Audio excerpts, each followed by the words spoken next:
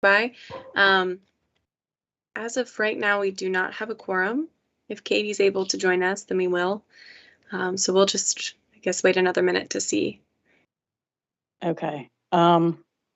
Yeah, I guess, yeah, we'll wait and see who else comes on.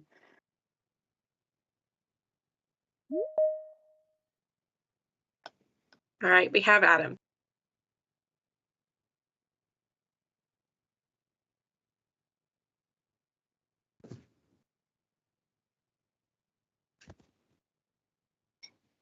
Hey, Adam. Hey, Adam. Okay, so we do have a quorum as of right now, Megan? Correct. And are we live? We should be. Okay, great. We are. Okay, excellent. Thanks, Thank Brandon. you. All right. Hi, everybody. Thank you for being here tonight. I'm going to be presiding in Katie's absence. She hopefully will be able to join us by phone, but I'm going to go ahead and call the Environmental Advisory Board meeting to order, and I will begin with roll call. Katie is not on the phone yet. I am present. Patrick? Present. Adam? Present. John? Present. Bill? Jason? Kimberly? And Greg. Present. All right, thank you. Okay, maybe we will get some other board members joining us in a few moments. The next item on the agenda is the approval of the minutes from the last meeting. Do any board members have any questions or comments? Okay, I will entertain a motion to approve the minutes from the January 20th, 2022 Environmental Advisory Board meeting. I move the minutes be approved for the January meeting. Okay. Second. Okay. And Katie not here. I will vote aye. Patrick? Aye. Okay. Adam? Aye. John? Aye. Okay. And Greg? Aye. All right. Motion carries. So the next item up is announcements. Megan, do you have any announcements for us? I do not have any announcements, but I would like to take this moment to double check who the caller is. 960 number.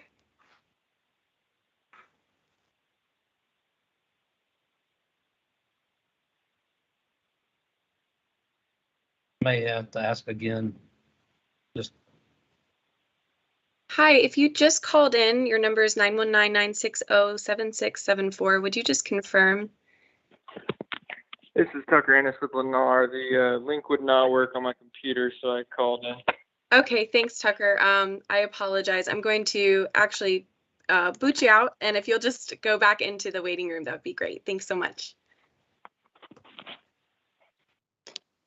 Okay. And so we didn't have any updates from the Bee City or Tree Cap for this meeting? No updates. We are Okay. still waiting on their next meeting times. Okay, excellent. All right. So let's see. The next agenda item is the pre-application meeting, and the first one on the list is the Adams PUD. So could you go ahead and admit those folks, Megan, for us? then I'll have to recuse myself on this one. Okay. Will we have a quorum at that point? I was just wondering the same thing. Yeah. Any other staff on the call know the answer to that? We have Shelley 9 probably board members. We have 9, so a quorum makes 5. The quorum's 5. If Patrick yes. recuses himself, we would still. So we don't have 4 if he recruits. Yeah, we don't have 4. Yeah. We'll have to reschedule that one. I think I legally have to, right? Or You do, because Mhm. you unfortunately Okay. didn't realize we were missing so many people I tonight. didn't either. Yeah. Have you heard, Megan? Why? No, I haven't received any feedback. I do have another caller in, and I apologize. We have 5 pre-apps, and so we have a lot of phone numbers, and normally this is pretty simple to take care of, but I have one that's not in my records. I can try bringing them in as well to see if it's a board member, but I can't be for certain. Because we'll actually have to reschedule both of the Lennar projects, because Adams PUD and then Yellowstone, Yellow Bridge, Yellow something. Yellow Or- Bridge. Yellow Thank you. Bridge. Okay, so both of those Patrick would be recused from? I think Okay. so. Why am I accused from the other one? Sorry, you're right. You're not with Lennar anymore. I'm wrong. Sorry, sir. But we've, I Megan, won't to hold that confirm, we've I won't not hold that heard, against- Megan, we've not heard from the 4 absent board members, why they're That's absent. right. Okay. I did just hear from Katie. She says she is trying to join by phone. Let me try the 781 number. Okay. Don't have that number on my records. Hi, if you are a caller and just joined this board meeting, would you please announce yourself? It's Katie Shaw. Awesome. Yay, How are you? Katie. Saving the day. Yeah. Can you tell me how I go on mute when I call in from the phone, please? I think you just mute your voice, Your phone. just like if you were to mute a phone call normally. That's correct. I'm assuming you're calling from a cell phone number. So I am, and I should be able to log in on the computer in a few minutes, but I apologize for being late. understand. You're just in time. Okay, in that Maybe case, Megan can mute me, because Sure. I have not succeeded in muting myself. Thank you. But hold on, if Katie wants to ask questions at the end, how will that happen though? If you are controlling her mutedness? I believe I can unmute her. Okay, all right, that sounds like I a will good also, plan. I'm going to try to log in with the computer. It's just going to take a minute, but I will try to do that. Okay, all right, so Sorry, I'm in the car. I apologize. that's okay. So we'll plan on unmuting you at the end to make sure that you don't have any questions if you are unable to get in via computer in the meantime.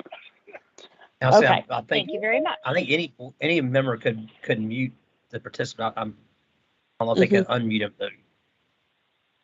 Correct. Right. Okay, so I think we have a plan. So let's go ahead and admit the folks from the Adams PUD. Great. Okay, so I will be admitting 2 members, 2 representatives, Patrick and Neil. We've seen Neil before.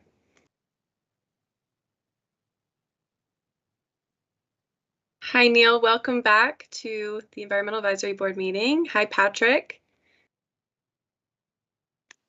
Hi, guys. Hey, folks. Hey, welcome back. So I'm Suzanne Mason. Hello. Hey, Patrick. I'm Suzanne Mason. I'm chairing the meeting tonight. Welcome. If you could just explain to us about your New Hope Farm Road project and any of the suggested conditions that you might be amenable to, we would appreciate that. And then we'll see if we have any questions for you at the end of your presentations. Sure, and good evening, Vice Chair Mason and members of the EAB. I am Neil Ghosh, an attorney with the Morningstar Law Group. Tonight, I'm representing MI Homes for this rezoning along with Patrick.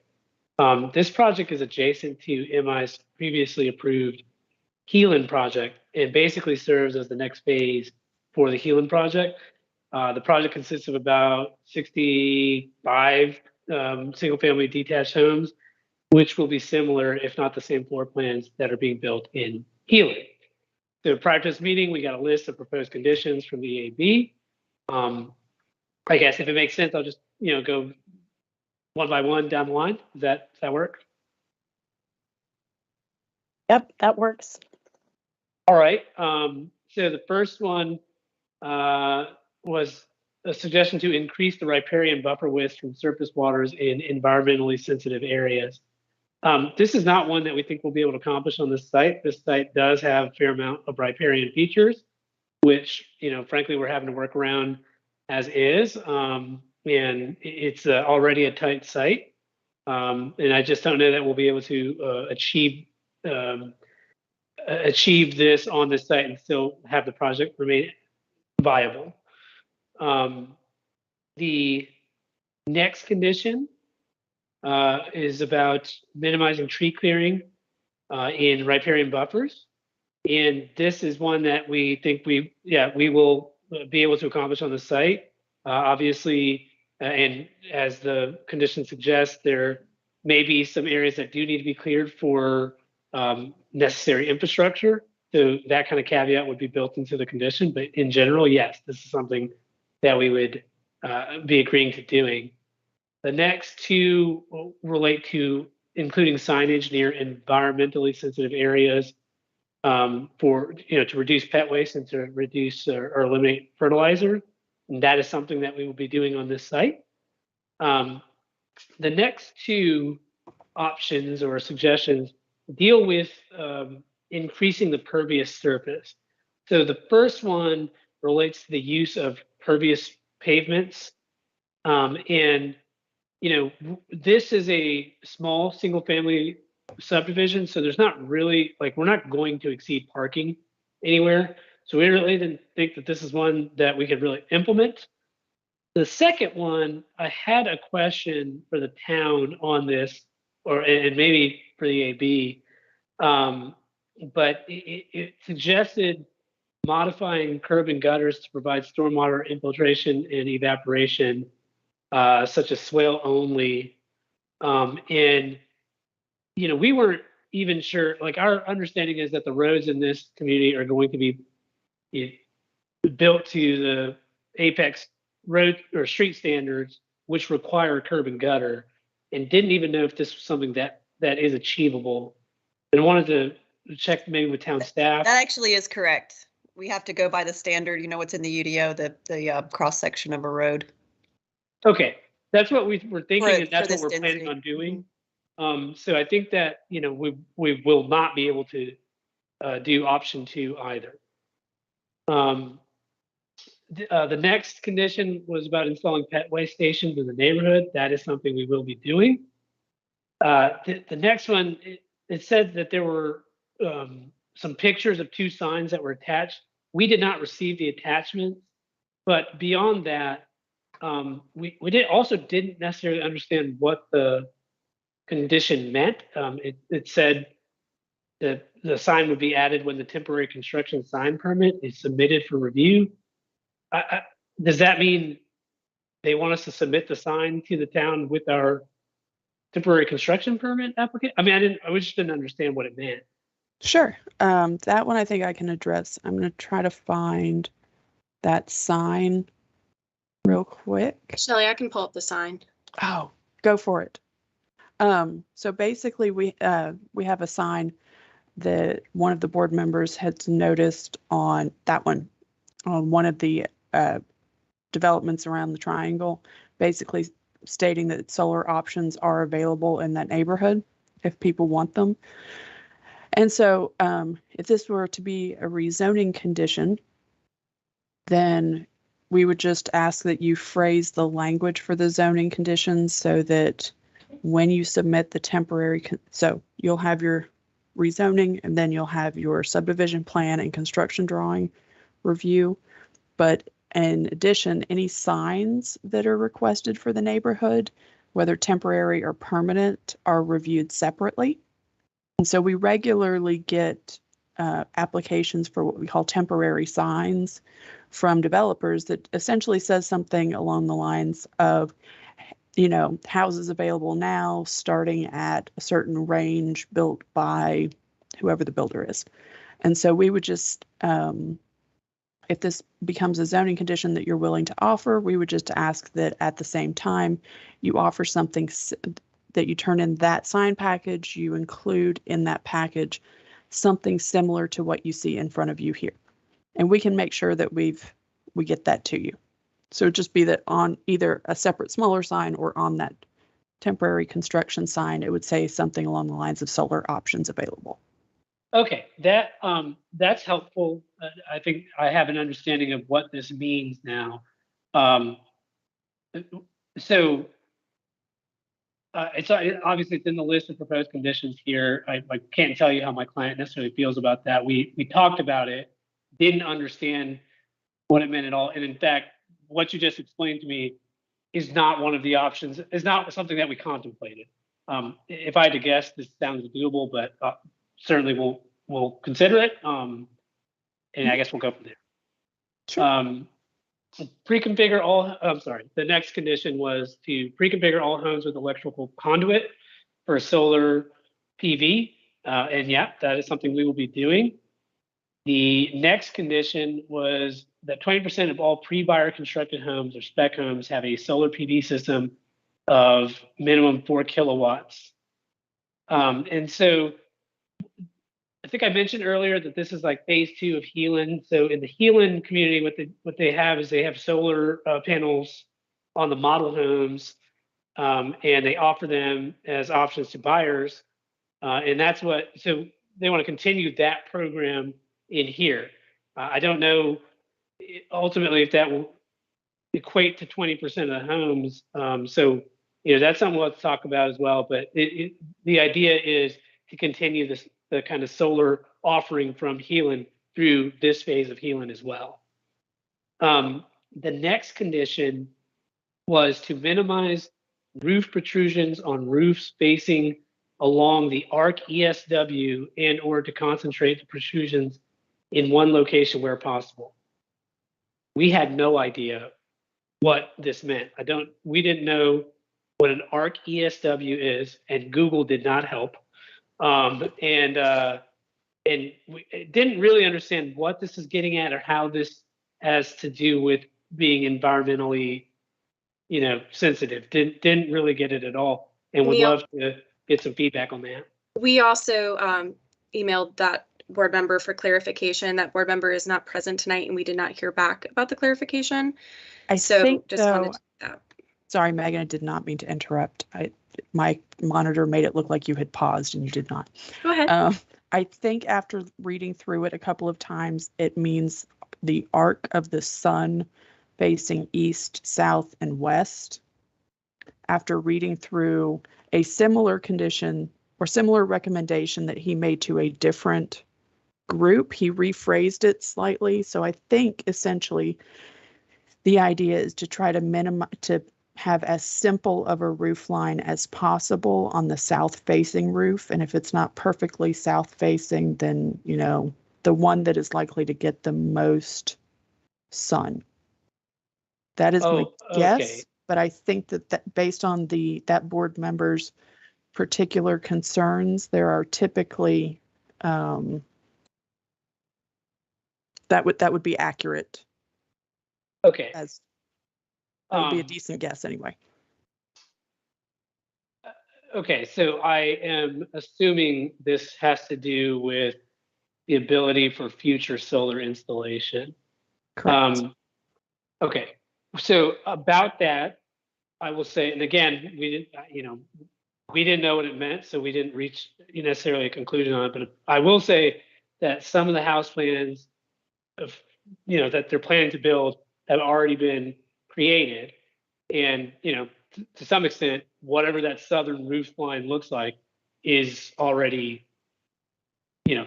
known or fixed. Mm-hmm. So that could be prohibitive in itself, but it's something we can look at that. I just don't know how to answer today. Sure. Okay, that's helpful. And then there were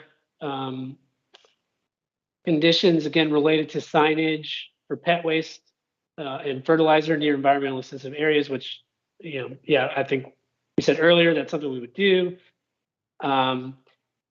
There was a stormwater reuse application suggestion to integrate irrigation from the SEM wet pond on site. And we just don't know if that's something that will be achievable on this site. This site, again, already has some riparian features on it. And the natural grade of this is I mean, I'm speaking from memory here, and I'm also not an engineer, although Patrick probably knows better. I believe, the SEM primarily is going to be located in the south west of the property, and that's going to be beyond the streams, I think.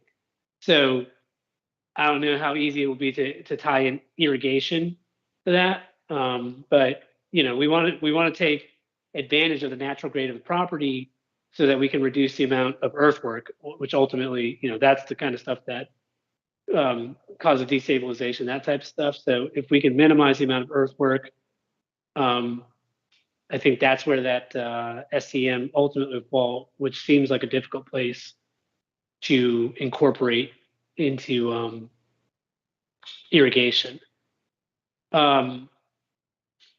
Then there was the couple options for increasing biodiversity, which that is something that we plan to do here. Implementing green infrastructure by way of pollinator and bird food sources.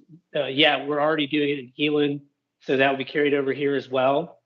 And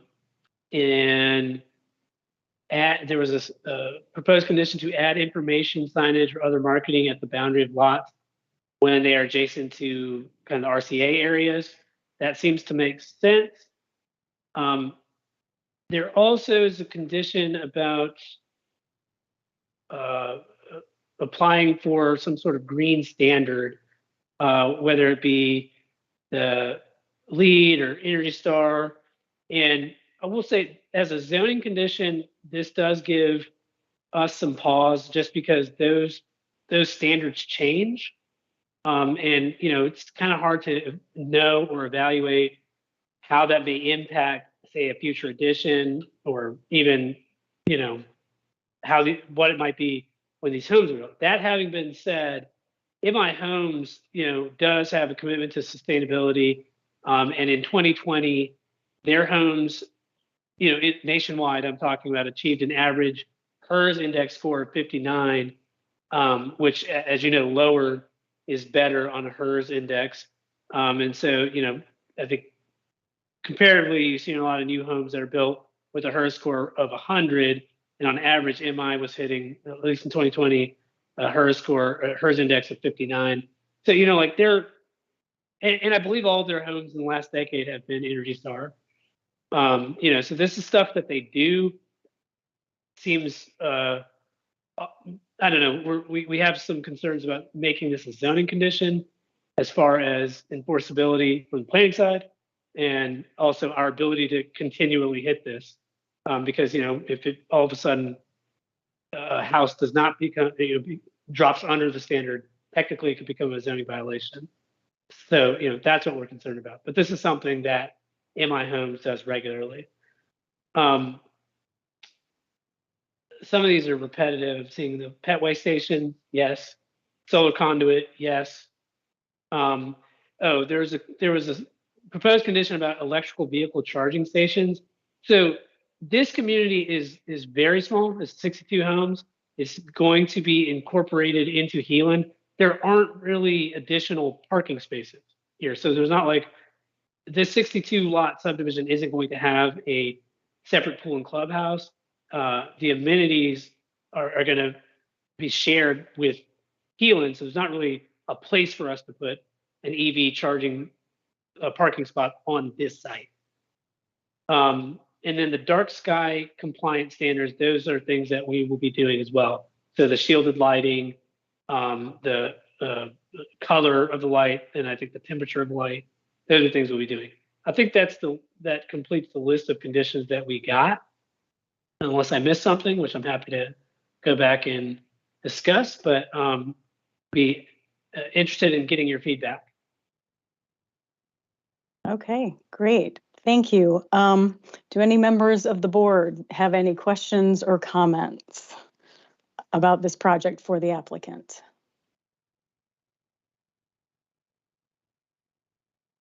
Oh, John, are you speaking? You're muted. I think we can eliminate the electrical vehicle charging station recommendation. Okay, I would agree with that. Uh, Do others have objections to that? No.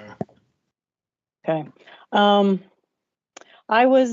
Well, I know I was at least one person. I don't know if there was anybody else about the increasing the buffer width, but now that you have talked us through that, I would be okay with removing that one. And then obviously the one about the curb and gut reverse curbs and swale only, if you do have to, abide by what the town's design standards are, then you can't do that. So I would be okay with removing that one as well.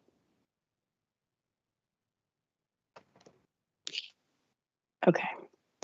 So I had some questions. So I noticed that I think on your application, it said that this is the 2045 land use map was low density residential. Mhm. And I think that's like 4 units per acre. What does your development turn out to be approximately? Oh, it's Two. under 3, so it's like It's under 2 3. point. Let me ask Patrick if he knows, but I think it's like, I mean, it's under 3. Okay. It's 2 point something. Okay. And I don't know if you know this or perhaps town staff, does there have to be RCA associated with this, or is that accommodated by the other part of the development? There would need to be, sorry, this is Shelley. There would still need to be RCA for this project because of its location and the single family nature. They would have to provide 30% of the site as single family.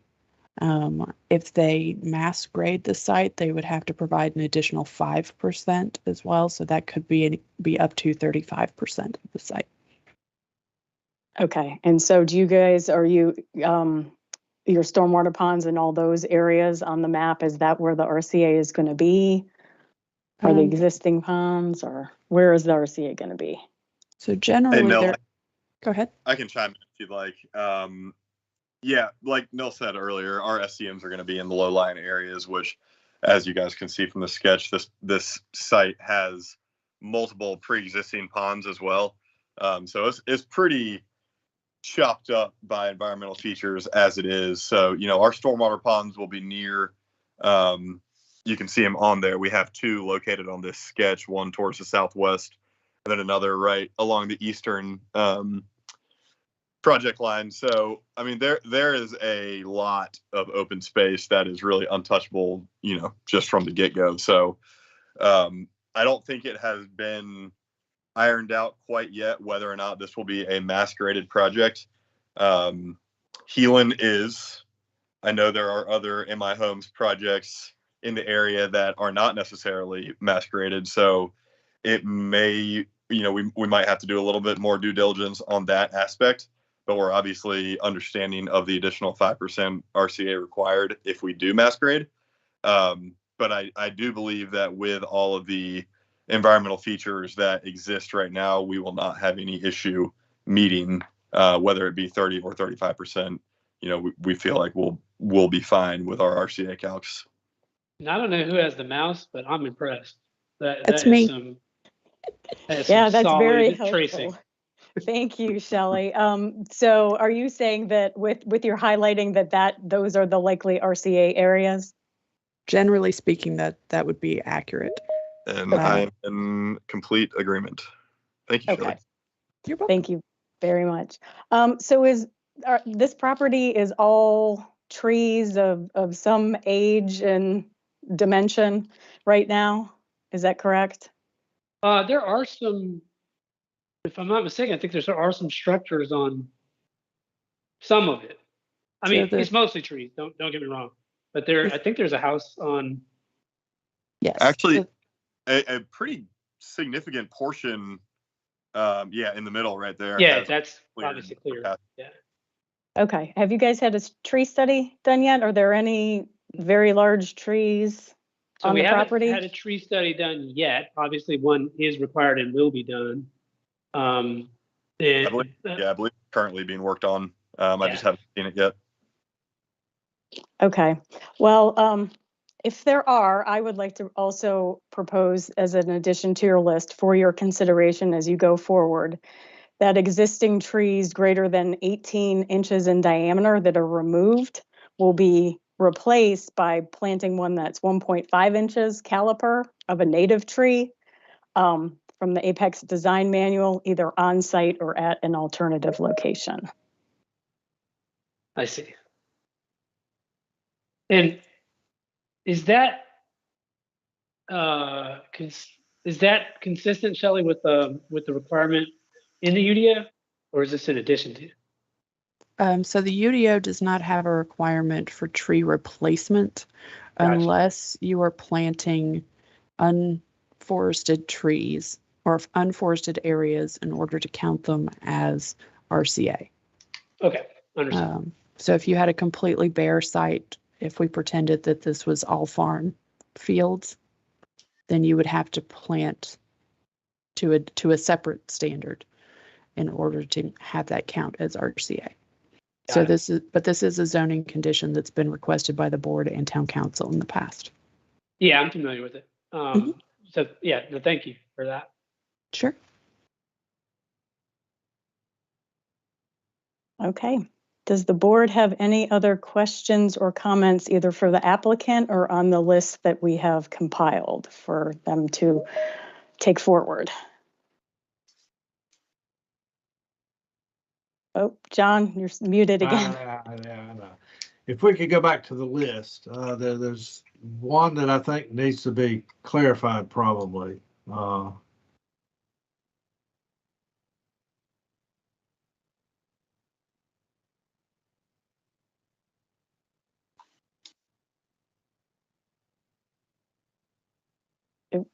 Yeah, I'm not sure who had, Megan, are you the one that has, yeah, thank you.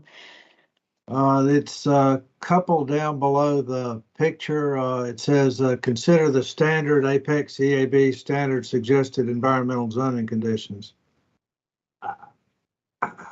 I'm not real sure what that means. I think we generally try to look at these requests independently based on their specific conditions. Now, there are a lot of suggestions that we regularly make, but I think they're probably already covered in this list here. So we took that to mean it was referring to the ones beneath it, but I see your point. I don't know. Fair enough. Yeah, no, it's a good clarification. Yeah, I agree. I think, yeah, we can probably remove that.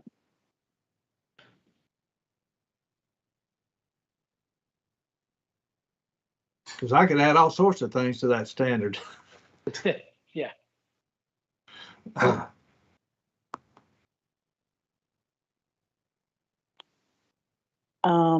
Let's see. So the one repetition, yeah. Yeah. Okay, were there any others that we need to clarify? Megan, did you want me to put in the chat the language for the one that I suggested about the replacing 18-inch trees? Yeah, with the 18, caliper? yeah, that one. Would that be helpful? Be please. Okay. Yeah, let me Thank go you. ahead and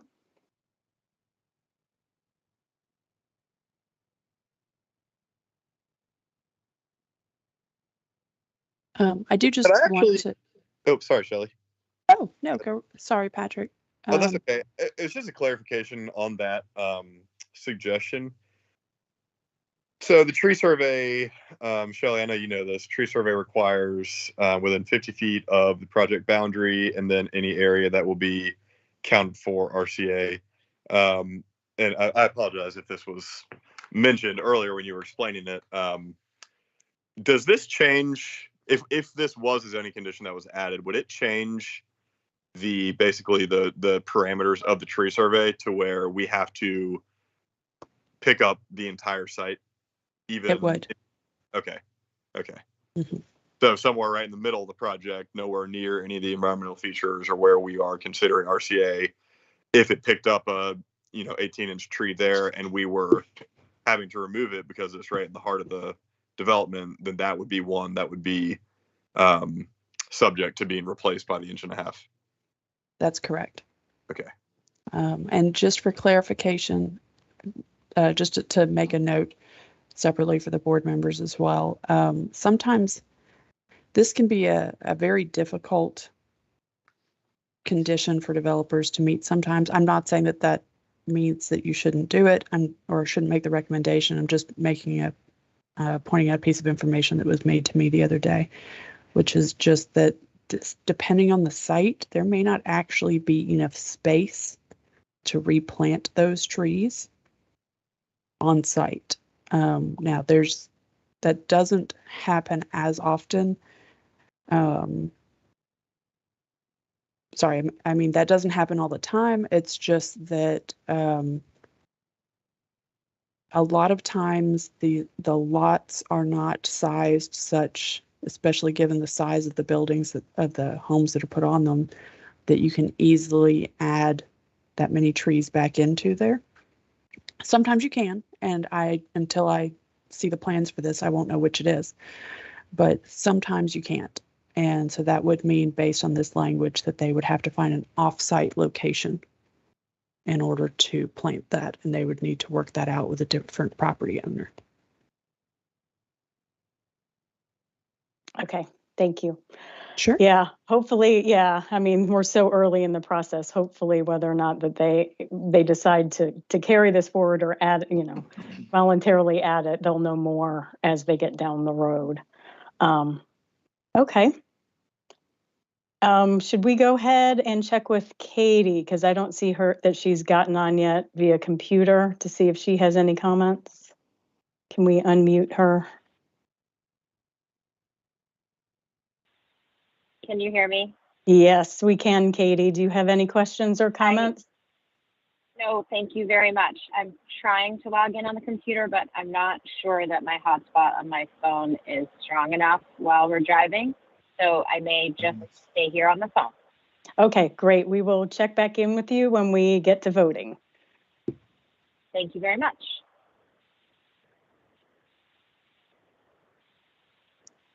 Any other questions or comments on the list or for the applicant?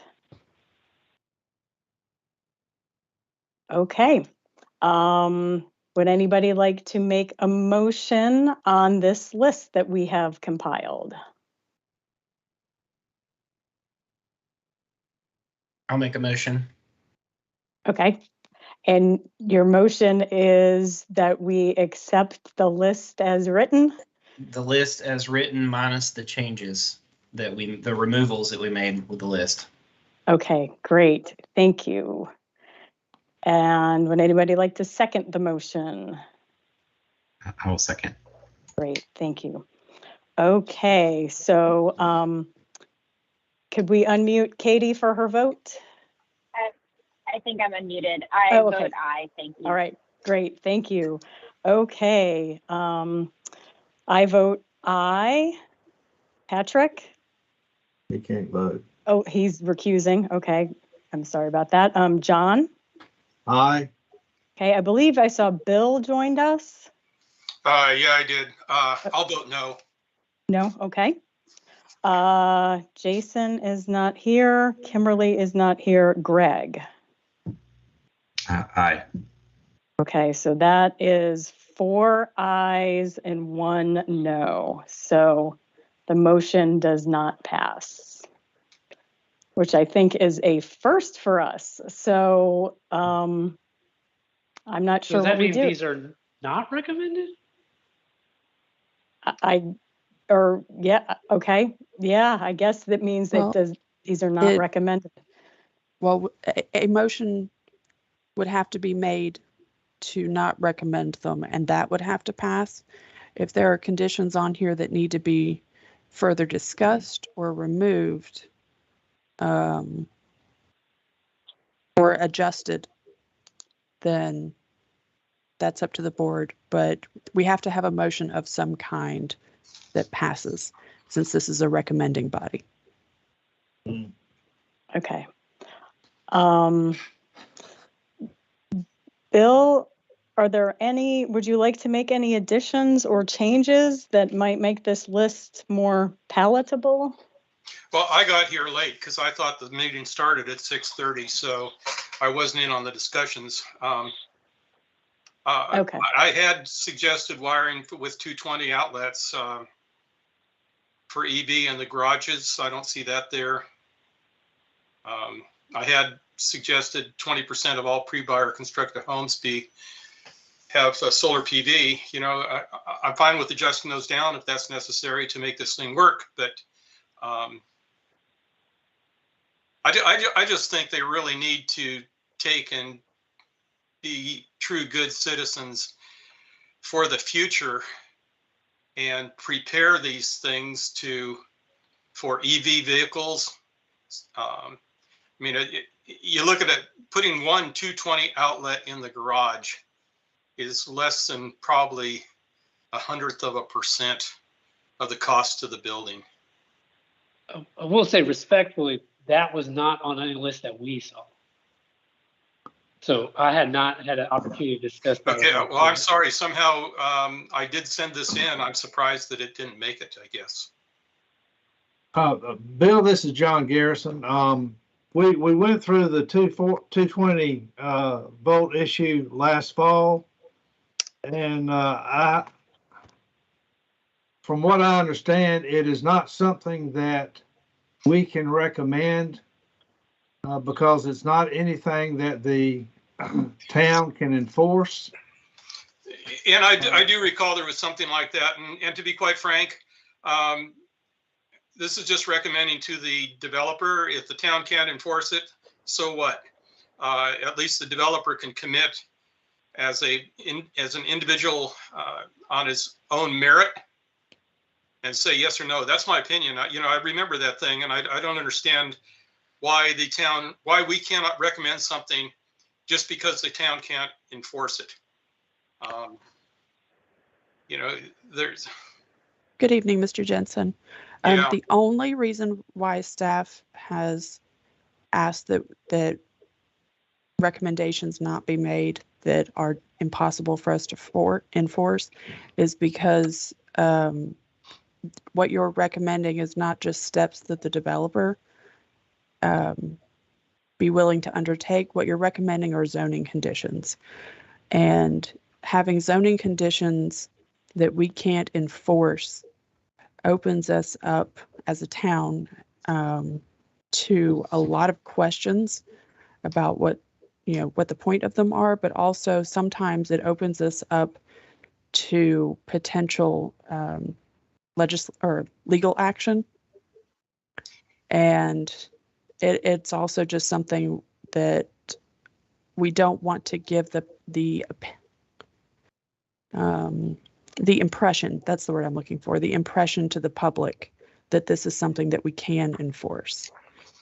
We don't want to create a situation where things are disregarded incorrectly because it's assumed that they can or cannot be enforced the way that they should be. So that is the reason why staff has made the request that the board limit themselves to items that can be enforced. You do not have, as a board, you do not have to agree with that, and you don't have to do that. However, staff will not recommend in our staff reports a condition that we cannot enforce. We will list it. We will explain why it was or was not provided by the applicant, and we will explain to town council that it's not enforceable, therefore we didn't recommend that the applicant add it. But this just is the request that we as the staff members have made, simply to make it clearer to the people that we represent and to make it clearer to the developers what we can do and what we cannot. That's all. Okay, I would think that the board could have two sets then of recommendations or something like that, if that's the case. When I was on the council, developers offered 8 to 10%, 6 to 10%, I guess it was, of solar in some of their solar PV systems on the rooftops of their buildings. And to me, that's much more aggressive than asking for a 220 volt outlet in a garage. I completely understand. We can regulate anything that happens on the, as the planning department, we can regulate what happens on the outside of a building.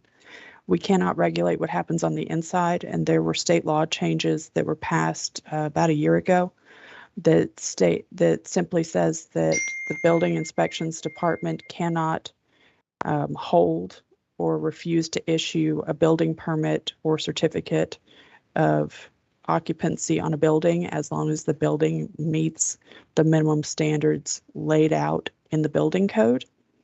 And since the planning department has no authority over the interior of the building, we aren't able to regulate that.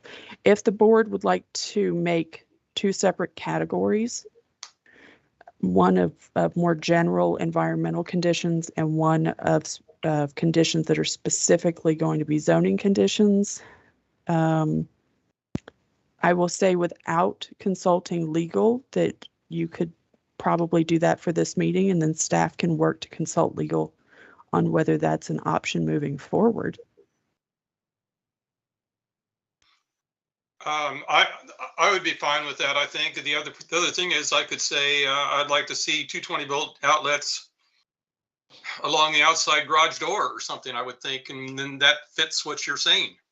It's on the outside of the building at that point. Okay. I can.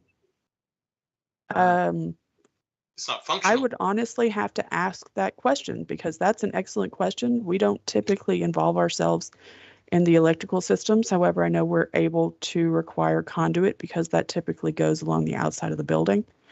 That's an excellent question.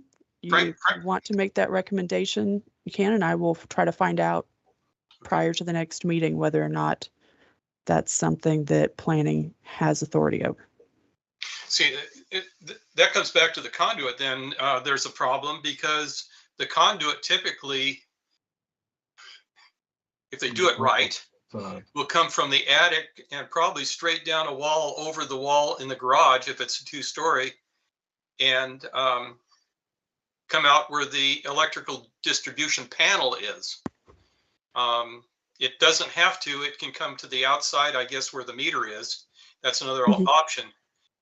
With net metering, that is the way it is typically installed, is what I have been told by a couple of different firms.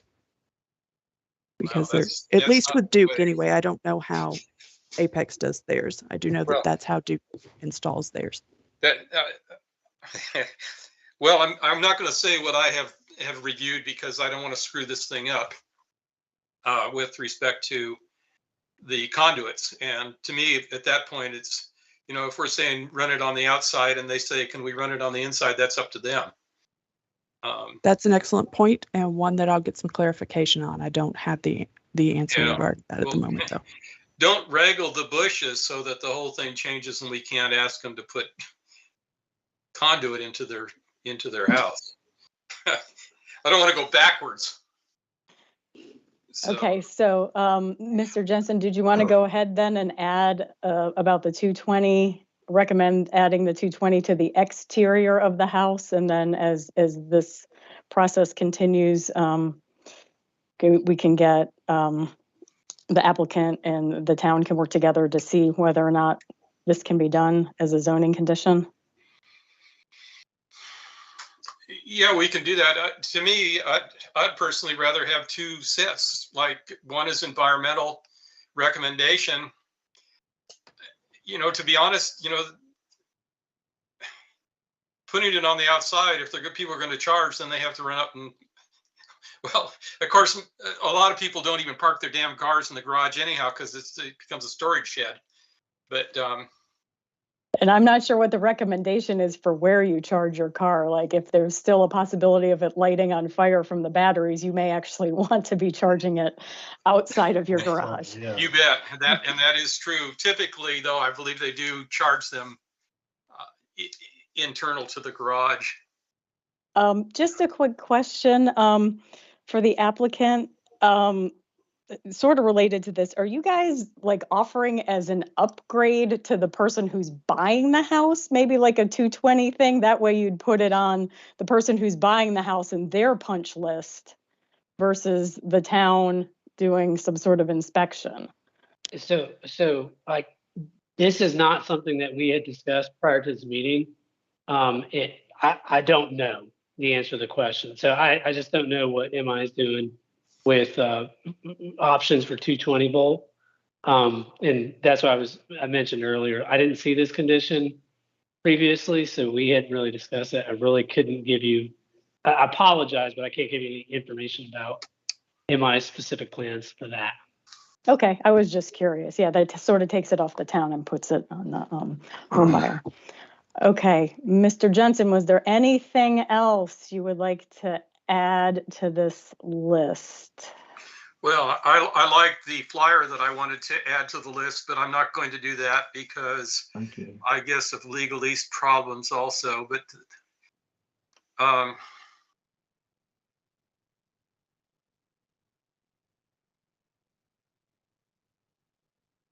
Okay.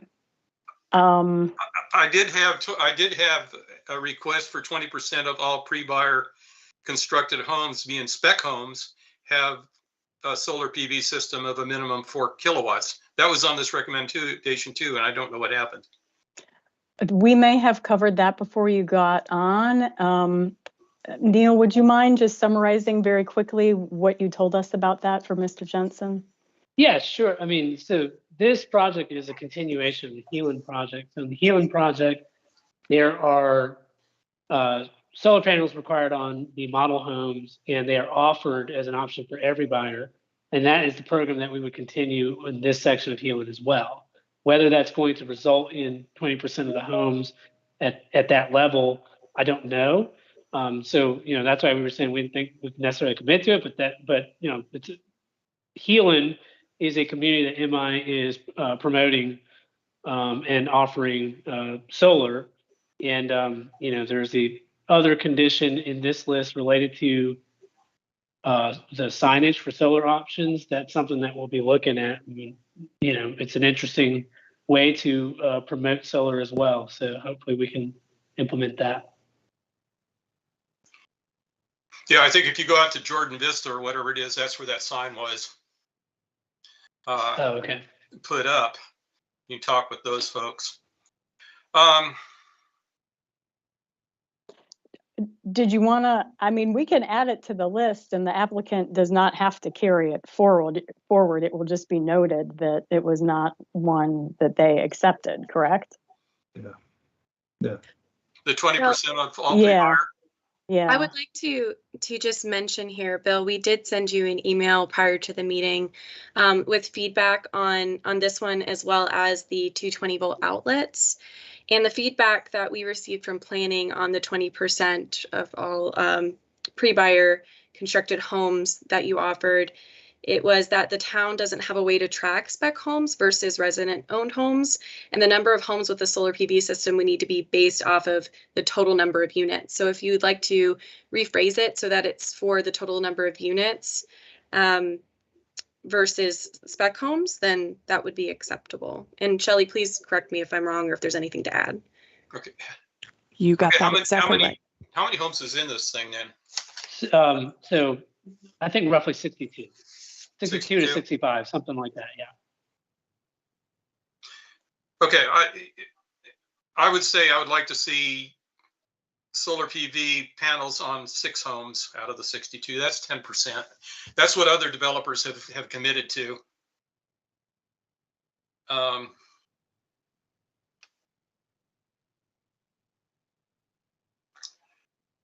If that makes sense.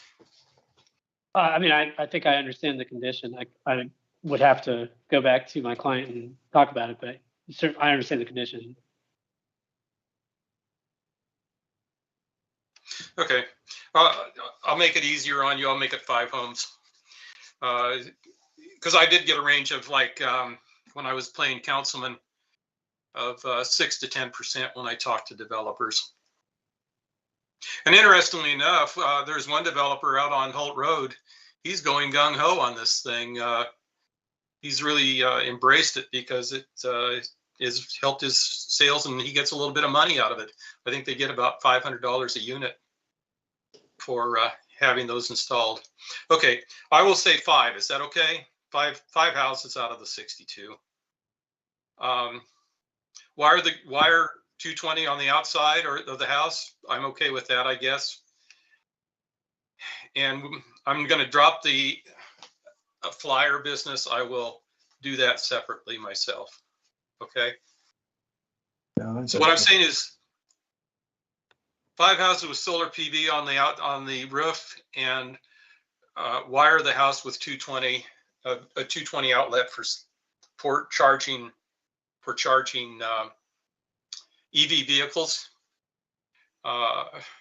Bill, I have added those conditions to the list. Okay. And Suzanne, I just wanted to mention that we confirmed the rules, and it's actually not a majority, the 5 out of the 9.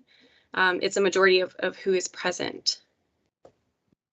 Okay, so you don't need my comments on it then. It's already passed. Is that what you're saying? Yeah, we've already voted on it. Okay. You don't need them in there then. If those That's what you want. conditions are going to be added, though, we do need a new motion. Yes, I wasn't shutting down your comments, Bill. Sure. I just wanted to mention that we would need to revote, and Okay, that I didn't know that. the I difference just thought, in the majority. I thought it was already done. Okay. Okay, with those 2, I will make a motion to approve then. Can I just, I'm sorry. point of order? Sorry about that. There was a vote, and I understand that some more conditions have been added. Get that. I think the appropriate motion, Mr. Jensen, would be for you to make, since you were in the no vote side, would be to make a motion to reconsider so that this new set of conditions can be voted upon. Okay, I'm sorry. I will make a motion to reconsider. Okay, is there a second?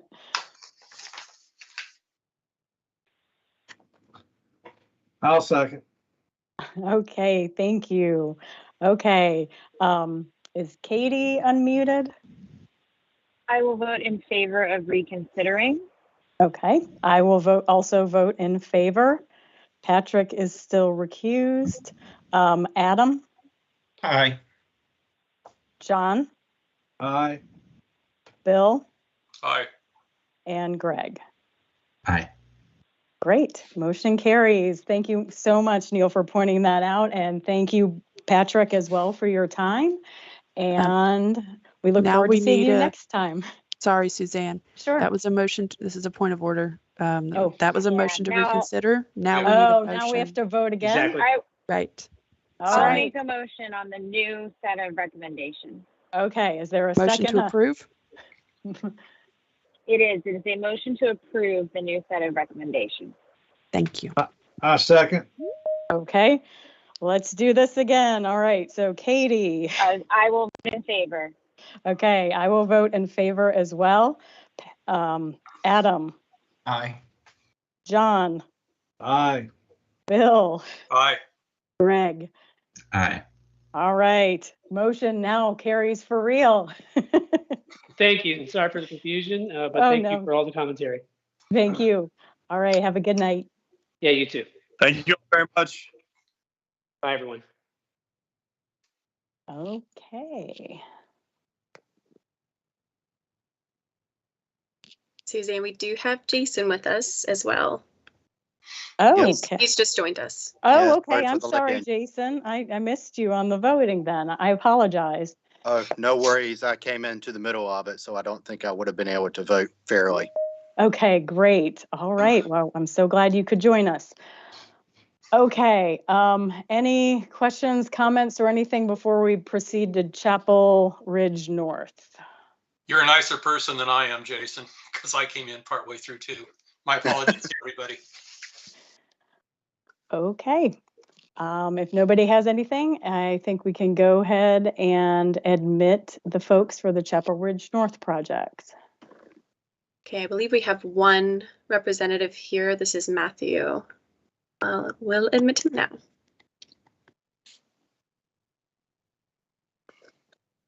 Hi, Matthew. Welcome to the Environmental Advisory Board meeting. Hi, good evening.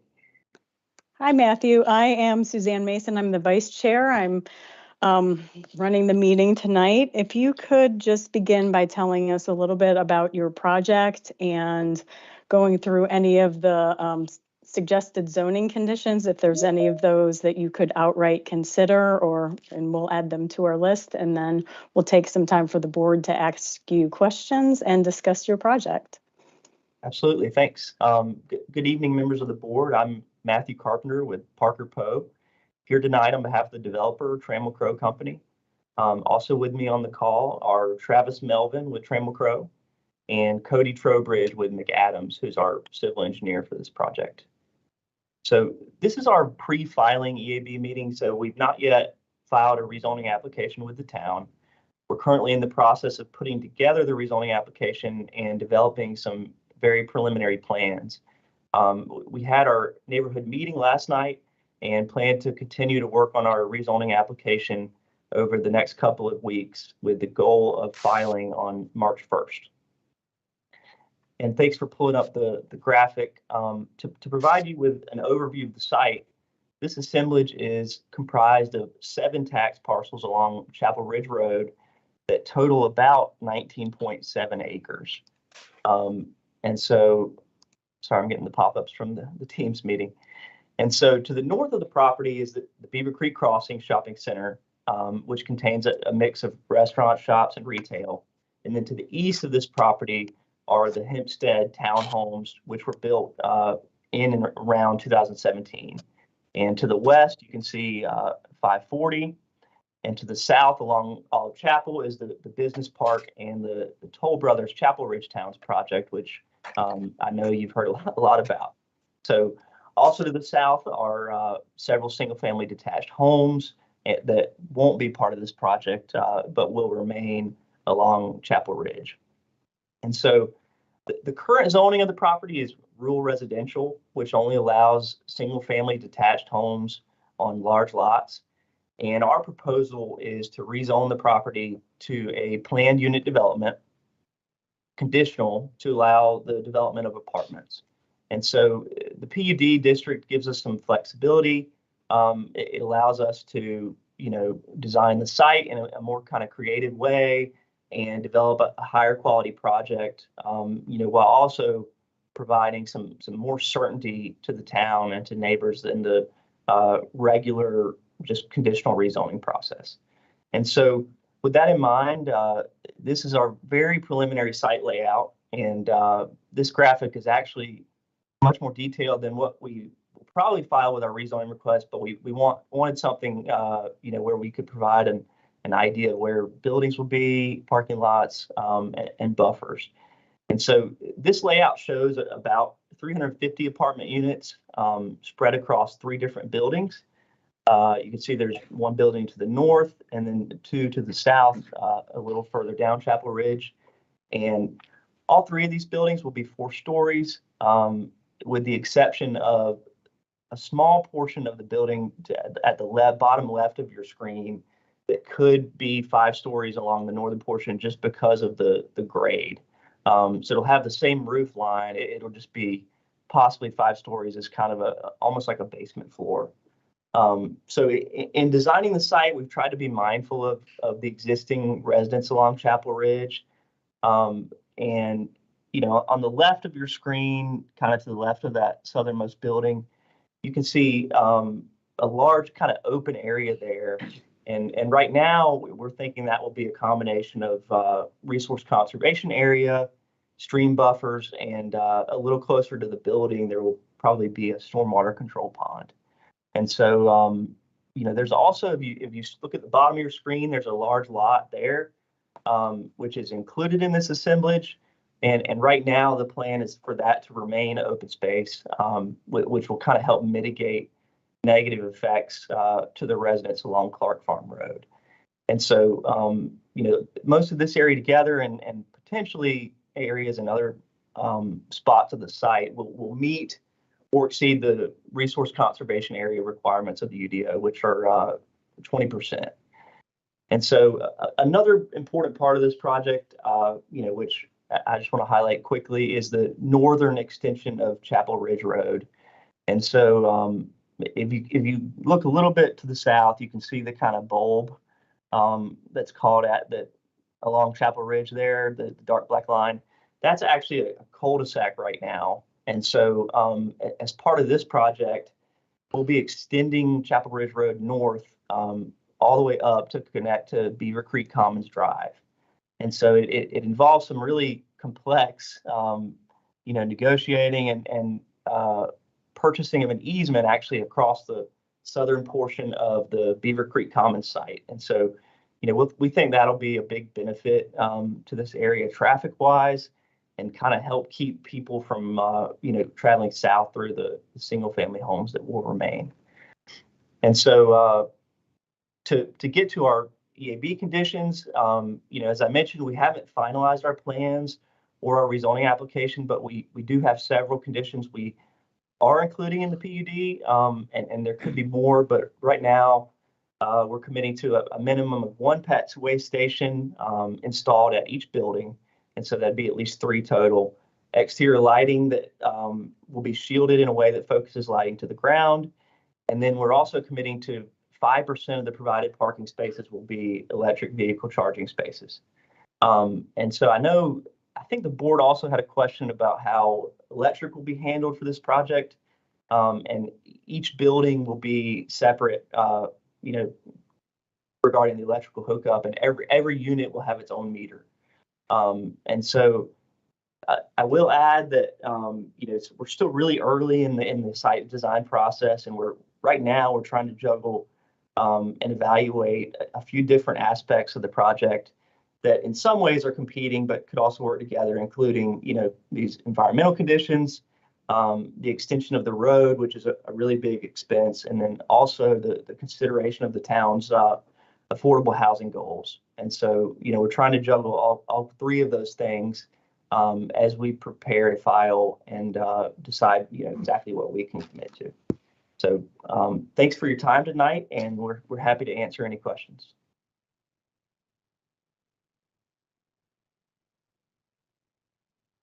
Okay, great. Thank you so much. Members of the board, do you have any questions or comments for the applicant about this project?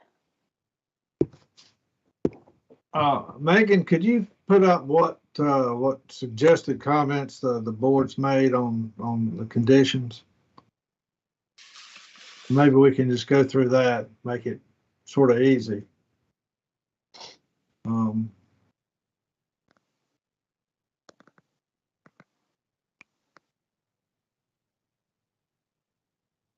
So I guess the minimum of 2 pet stations would be 3 at this point. Right. Yeah. We reading through the recommendations again, it made sense to just have 1 at each building. Yeah, it does.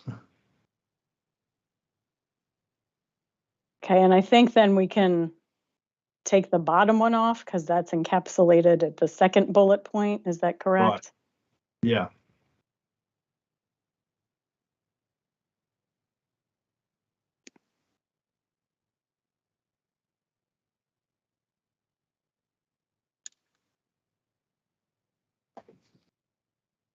Okay. Any other comments or questions? Oh, I'm sorry, go ahead. No. Okay. I had a question. So on this, the land use map, it's medium density right now. Is that correct? Right, it is, which I believe is like 4 to 6 units an acre. I could be getting that wrong. And so you are proposing to change this to high density multifamily. Is that correct? We are, and it's not. It definitely will be a change. We think it's justified here because of the location. I mean, we're adjacent to the north to Beaver Creek, and then to the east are the existing townhomes. They're pretty high density, and there's also planned along Beaver Creek Commons. I meant to mention this, but there's a planned bus stop there. And so the idea is to place, additional housing close to future transit service and, in close proximity to existing shops and retail. And so, I know there's kind of a history there with the, the flume designation in this neighborhood. And I know that the town evaluated whether it should be raised before and ultimately did not. But we think with, the way Apex has developed with, a lot of single family detached housing, we really think there's a need for some different housing types here. And we think it's a good location for it. So. Okay. And so are you guys putting in the bus stop, or is that something you'd have the town do, or how is that going to work? Yeah, we don't know yet.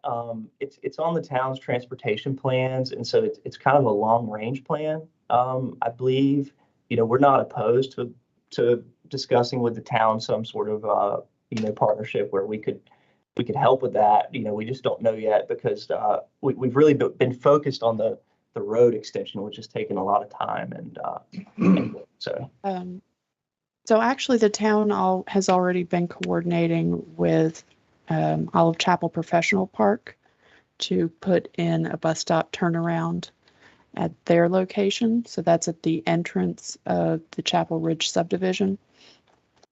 So we're working with them because that's the logical turnaround for the town's new transit line. That puts the turnaround as close as possible to the headquarters of Western Wake. I can't think of the name. Crisis. Yeah. Kelly, can you share that site plan again, please, just so we can Sure. reference? I'm actually going to share the aerial, the GIS images, because that will let me point this out to you better. So these yellow parcels are the ones that the applicant currently has under contract, and the Western Wake Crisis Ministry has their headquarters here. Just heads up. Oh, well, is proposing, and we'll possibly get under contract. There we go. So this is 540 Flex, which I think most of you are familiar with. Western Wake Crisis Ministries headquarters are in here, one of these two buildings. This is Olive Chapel Professional Park, these three parcels. This aerial is a little old. And they actually are working with the town to get a turnaround interior to their site because their site has a roundabout that makes perfect sense for us to turn around in. So the spot will be right around in here for the actual bus stop itself. The route currently, the portion of it that I can show on this site anyway, comes out here and then takes a right down Olive Chapel, takes a right up Kelly, takes another right up Beaver Creek Commons Drive, proceeds all the way down there and goes down 55 and eventually turns back around near Town Hall and then comes back around the same route. I can't make up my mind. So there is already a bus stop in this general location at Beaver Creek, which would be within walking distance. I'm sure most of you have seen it. It's kind of off by Tuesday morning, which would be in walking distance from here if residents on the north end wanted to use it, or there'll be a bus stop at the entrance to Chapel Ridge, which would also be within walking distance. It's possible there may be additional stops after that, but I don't have that information at this point. Okay. And while you have this map, oh, I'm sorry. Does anybody else have any more questions about the bus stops? Okay, while you have this map up, so where would the RCA areas be? I know you mentioned one parcel was going to perhaps be left as open space. Yeah, this is helpful. So the parcel, both the parcels that Shelley's calling out there. So the one to the left there, I don't know if it will be all of that parcel. And then to the south is supposed to be open space. There won't be any buildings we don't think on that parcel along Clark Farm Road. And okay. So, we thought that made for more of a kind of a unified site if we didn't put a building down there in between the two. There's three homes there. So Okay, that sort of red outlined parcel, is that one that you all have as well? it is. That's a little weird. You know, GIS is weird where if you select the first one you select is red and then the others are yellow. I don't know why. Is there going to be any sort of natural habitat across that parcel connecting the open space area with your RCA? So there are stream buffers Yeah, there are several stream buffers through there. through here, and then this is, I think, a pond, if I remember correctly. There's a small pond just to the right of where your mouse was, kind of straddling that property line between us and the church. It's a little hard to see Right, in this one here, right. Yep, that's correct. And then there's a stream that kind of follows along the western property line. And that is a perennial stream that'll have a 100-foot buffer on it. Okay. Is that stream? Okay, yeah, because I noticed there was a DOT mitigation site along 540 there, and it looks like they had relocated the stream and restored it as well. But I wasn't sure how close that was to your property. Okay. All right. Any other questions from the board while we have these maps up? Okay. Megan, could you go ahead and put up the list of zoning conditions that we have?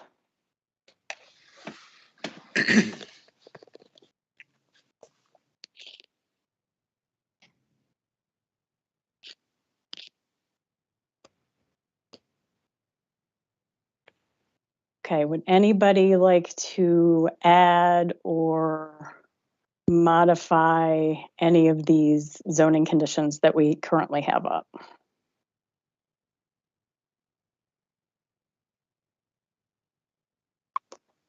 Okay. Yes, somebody had, oh, I'm sorry, go ahead. Was somebody else wanted to talk? I'll be quiet. Yeah, Patrick Adams.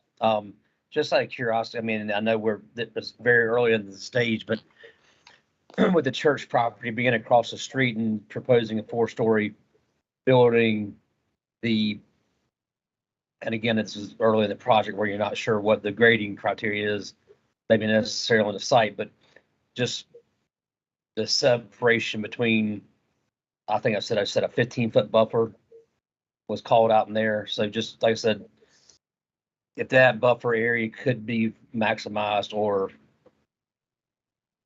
at least looked at to see how a 4-story building, and then I think you said a 5-story down at the bottom location, but more so the ones that back up to the church site, and take into account the grading and the buffer there would be great. Thank you. Yeah, we can definitely look at that. Cody, do you know what the buffer is along that northern lot line there by the church? We have a 15-foot buffer. I'm forgetting the opaqueness type of it off the top of my head. I want to say it's a type B buffer currently. And that's something we could review, as well as potentially increasing the density to try to really limit sight lines between us and the church.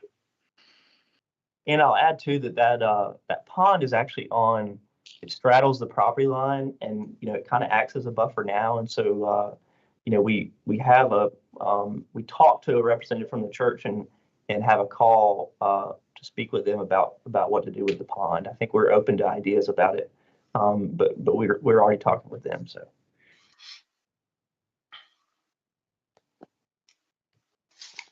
Okay, so Patrick, did you want to add a zoning condition about maybe changing it from a type B to a type A buffer or anything along those lines? Yeah, if the opportunity is there for that, yes, I would. And then also the increasing it from a 15 to maybe a 20 or 30 foot. Okay. Just because it's adjacent to the street and also backing up to the church.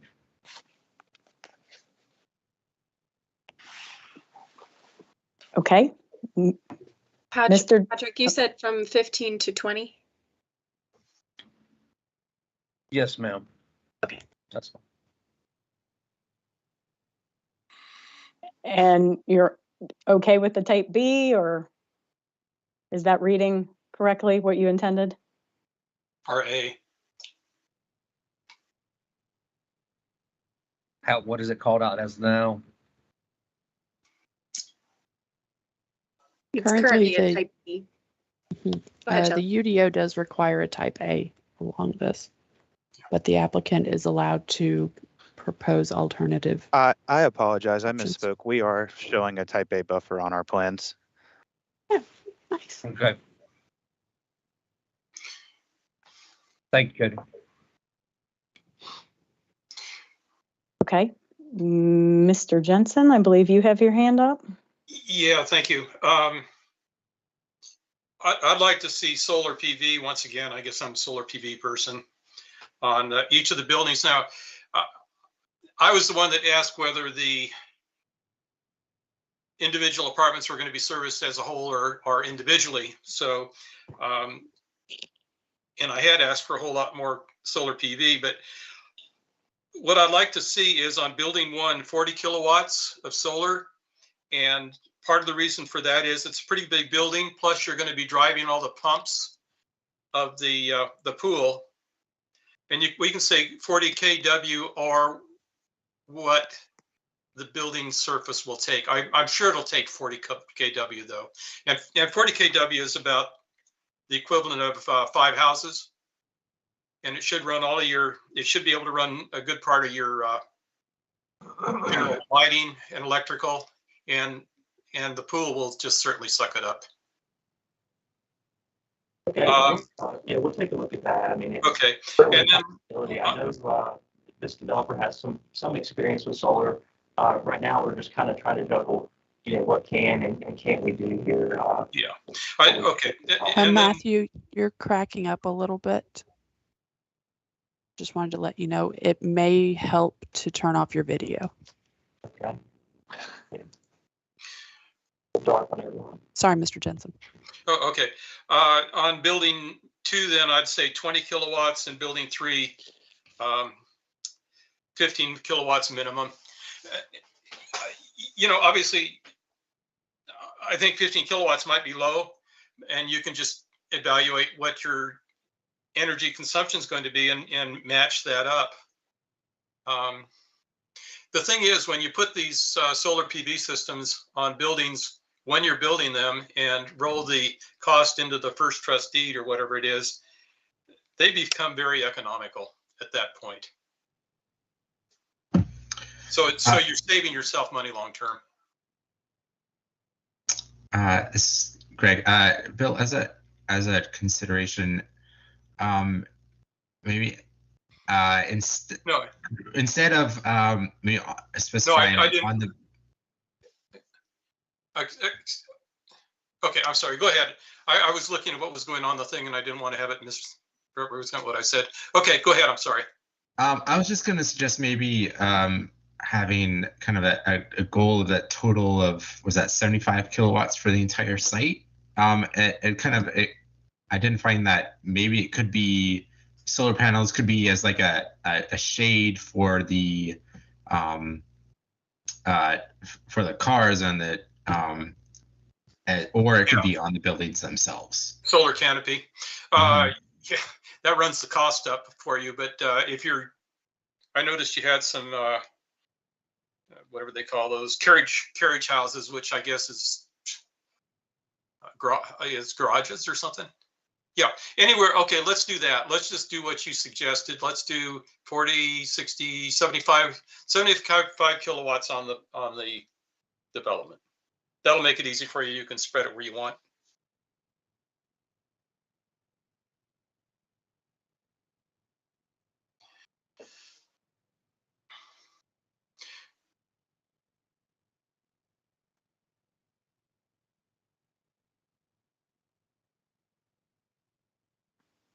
Okay.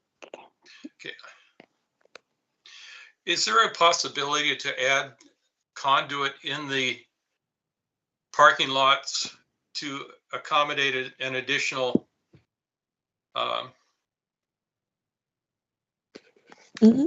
think I know what you're about to ask, whether or not you can run the conduit in order to potentially add additional EV spaces later? Yeah.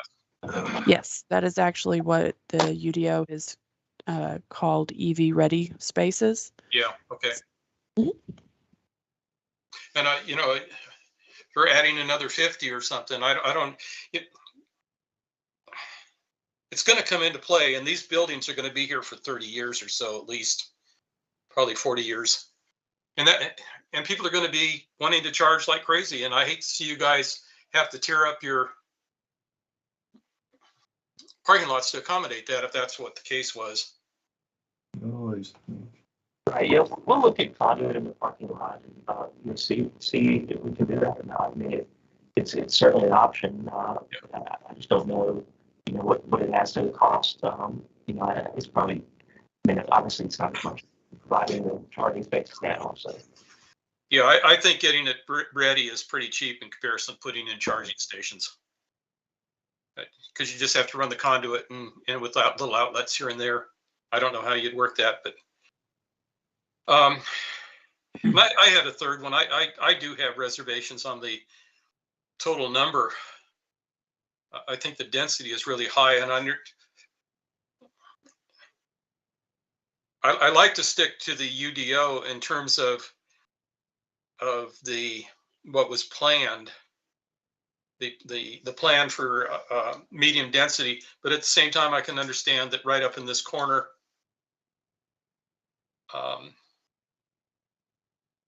it does make sense to go higher density too. But it seems like to me it's a gut feel. It's pretty high. Personally, I'd like to see it reduced like 30%, but maybe that doesn't make the system work. But go ahead. I'm sorry. Bill, this is John Garrison. I've got some questions about the density as well, but I don't think that's necessarily our purview. I think that falls to somebody else further along in the process. It'd be the council. That's when I battled the density thing. Yeah. I mean, I think the issue is somebody else, not us. Could we say the density seems high? That's all. I don't know. I hear what you're saying. Okay, Patrick, go ahead. Thank you, Patrick Adams. One thing I've noticed lately, and I'd like to see take it, all developers or however it is, commercial, residential, what it may be, is for the EV charging stations to be placed where they're not on the back side of the sidewalk, to where the cable has to come across the sidewalk where people are walking. Trip hazard, but so like I said, just with the proposed charging stations, just like I said, I know this is further down the site plan part of it, but just take into consideration the locations of them so it's not a trip hazard accordingly. Thank you for that. I wouldn't have thought about that, so it's a good one. Patrick, would you like to add that as a recommendation? I would, please. Thank you. Yeah, that's a good idea. Like I said, I know that's further down the line, but just thank you. I'm sorry, may I ask for clarification of that one real quick? Just sorry, Suzanne. So are you asking that this be set up so that the cords don't cause a trip hazard? Or are you asking that no charging stations be located adjacent to sidewalk? I think,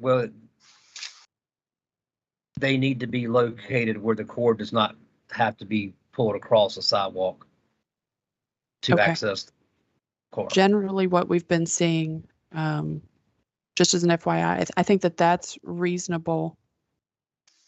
Megan, can you change this so that it says locate the EV charging stations such that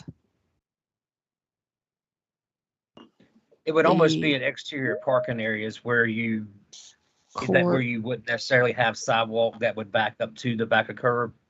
Right. Or you would have sidewalk, it would be where there would not be any sidewalk on the back side of the curb. Okay. So, such that the charging cables do not cause a trip hazard across the sidewalks. So you're thinking, Patrick, either, yeah, like kind of up at town hall, how they're like sort of out of the way and you're not going to trip over anything. That's right. Yeah, so you're not walking down a sidewalk, you're walking down the more or less through the parking area versus down a sidewalk. So if it's at the front of a building, it's, typically you'll have you have your curb and you have a 6-foot sidewalk, and then you'll have the EV charging station. In those scenarios, you have the cable coming across the sidewalk. I think that's an excellent suggestion. What we typically see actually is that where they're located, and what we've been enforcing is that they are not allowed to be on the back side of the sidewalk. Instead, they're put on the front side with 2 bollards in front of them to prevent the cars from hitting them. And the sidewalk is bumped out around them so that it still provides the full 5 feet. And then they just run the conduit underneath the sidewalk. It's just a bore underneath, and then a bore through the sidewalk down.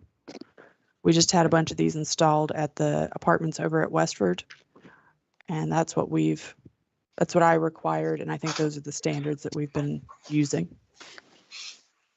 Because I agree with you. That is I've seen those. Is this language acceptable so that we provide some flexibility? So that regardless of how they set them up, they have to avoid the trip hazard issue, but they can put them either Yes, off ma'am. to the. Like I said, yes, ma'am, it is. It's like I said, it's a recommendation that I prefer to be that way. Thank you, sir. Thank you.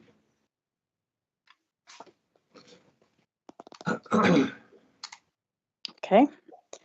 Any other comments? Mr. Jensen, do you have your hand up? Yeah, I do, dang it. Okay. It was mentioned, I think, that building 3 could be 5 stories. That concerns me on line of sight, frankly, because I think south of this thing, it's going to be medium density in all likelihood housing. And to me, 5 stories sets up a line of sight where you can look back and down in everybody's window. Could I provide a little clarification on that, Mr. Jensen? Sure. So if you are on the southern part of Chapel Ridge looking north towards this development, you would only see 4 stories. The 5th story is where the grade starts falling off, and we would potentially have a basement condition there. But from the single family homes, it would appear as a 4-story building. And that's to keep the roof lines all at the same elevation, correct? Yes, sir, that's correct. Okay, I appreciate that. Makes sense. Thank you. I did say, and this didn't get in, unfortunately for me. I guess I got it in too late, but I was concerned about density in terms of how many units there are here. I guess 350 houses is a lot for units. Okay, From Greg? what it would have been, I think, I forget, I scratched it out at one point. With 6 units per acre, whatever it comes out to be, is I think 120, something like that. Okay, Greg, do you have your hand up? Yes. So I was going to add a recommendation to about applying for green building certifications, such as the LEED, Energy Star, etc. That's from our list. Just given the location and the amenities and kind of the type of development, I think it'd be a good candidate for one of those. It might be easy to meet some of the location and transportation requirements for LEED, and I think would help. The efficiency would also kind of help with some of the environmental goals. Thanks, Greg. Hey guys, this is Matthew Carpenter again. I signed in on my phone. Can everybody hear me better now? Yeah. Okay, good. Okay, I just want to check in with Katie to make sure that she does not have any questions or comments. Katie, are you still with us, or? I'm here. Can you hear me? Yes. Yes, Do you I'm have good. Thank you. It takes a long time to go on mute and come off for some reason. Like there's a delay. Okay. So I apologize about that. I am listening and I can hear everyone, and I will be ready to vote when it is time. Thank you. Okay. All right. Thank you.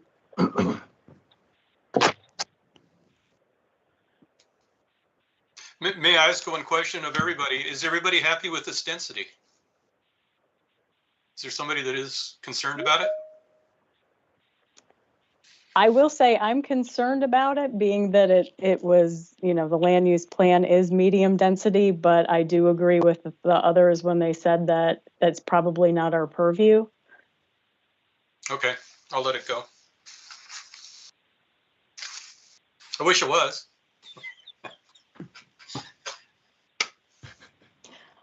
Does that mean Okay, you're running again? Is that After 20 years, I'm burned out. Okay, if we could see the list one more time, Megan, if you wouldn't mind. And once that's up, I will entertain a motion if anybody would like to make one after you take a glance at it about whether or not to approve this list as we have it written. Would we need to remove the question, the fourth bullet down? Yes. I don't think that's a recommendation. Right.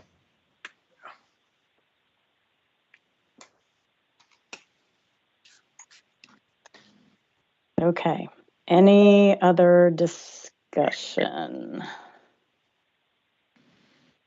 I move we adopt these recommendations.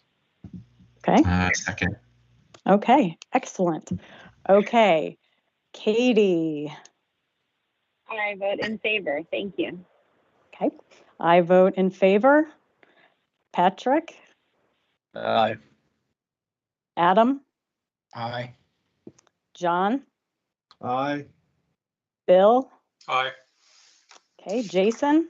Aye. And Greg? Aye. All right, motion passes. Thank you, gentlemen, for joining us and talking to us about your project, and maybe we will see you again in the future. you will actually in about 2 minutes. Oh, great. Okay. Got the So next one too. So. Oh, are you? Okay, everybody. All right. Well, then you know the drill.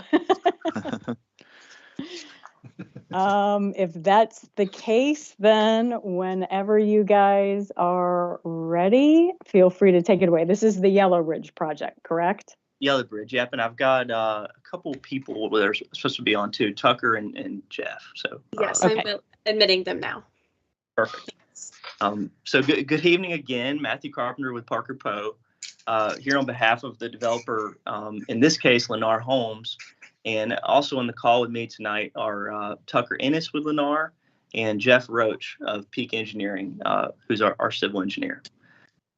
So I do have a short presentation prepared, but I'd like to provide just a little context before we start. This is our pre-filing meeting, just like the last case. So we've not filed a rezoning application yet, but are also planning to file on March 1st.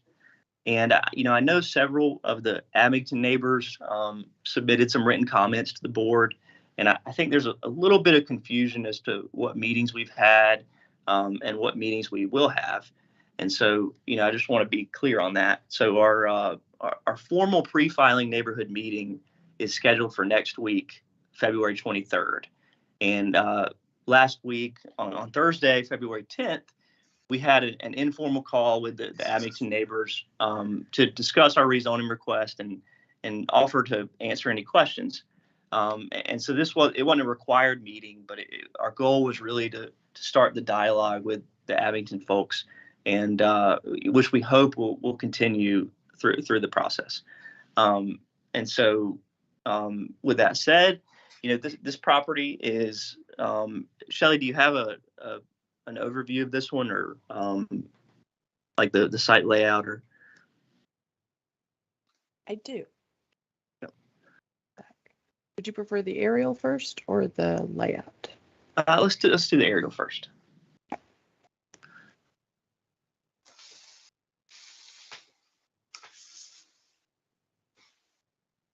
So this, yeah, we've got it. So this property is 2 tax parcels along US 64, just west of 540, and the total acreage is about 48 acres. And so to give you an idea of the development context here, to the east is the Windsor at Abington neighborhood, which is made up of single-family detached homes. And to the south is the Stratford at Abington, which connects to Windsor at Abington and also includes larger single-family detached homes. And I think that portion was built out a little bit later, but does connect with the overall Abington neighborhood. And to the north, on the other side of 64, is the Westford PUD, which is currently under construction. You can see, I think on this aerial, the Westford apartments to the north that are being constructed. And then there's also a future commercial area planned along the Westford US 64 frontage, which I don't think is under construction yet, but I might be a little behind.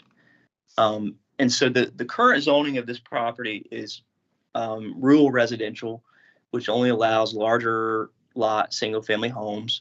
And this proposal is to rezone the property to planned unit development conditional to allow for a mix of single family detached homes, front loaded townhomes and rear loaded townhomes. And so we'll have a good mix of housing types here.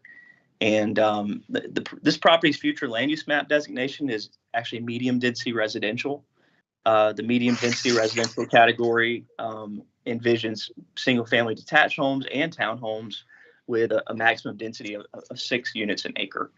And so here what we're proposing is around 156 units total, which comes out to about 3.2 units an acre. So our density is really well within what's contemplated by the flume designation. And so we are still working on our site layout, but we've made several changes that we believe will help the project be compatible with existing development. And so on this graphic, you can see, I think we have it on this version, there's a 50-foot buffer along the southern property line of this project between the homes that we're proposing and the existing Abington homes.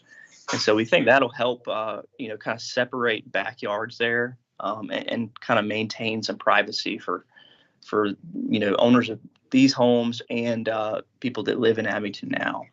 And so we've also, as you can see, if you zoom out a little bit, we've strategically placed the mix of housing types in a way that fits within the context of the existing neighborhood. So along the southern property line, adjacent to Abington, we have the largest single-family detached homes that'll be on this be in this development. So they're really large lots. They're in a lot of ways comparable to Abington. And then, as you move north to US 64, you get townhomes that are a mix of rear-loaded and front-loaded product types. And so, we think that will offer, basically it makes good planning sense to have that transition from US 64. And so you can also see there's an existing stream that runs right through the center of the site at the top of your screen. And as required by the UDO, there will be riparian buffers on each side of the stream.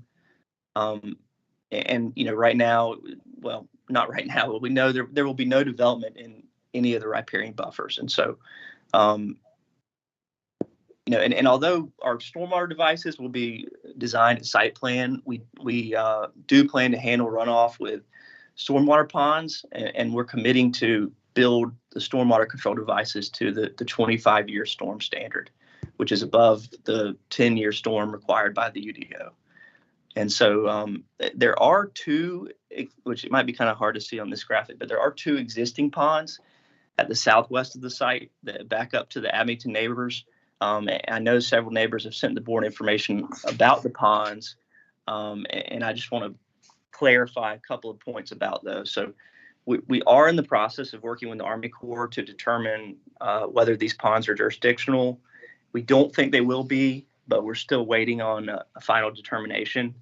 And we're pretty sure these aren't natural ponds, but rather they're old farm ponds that were once used for irrigation that you see in this area a lot. By virtue of 20 years ago, it was all farmland out here.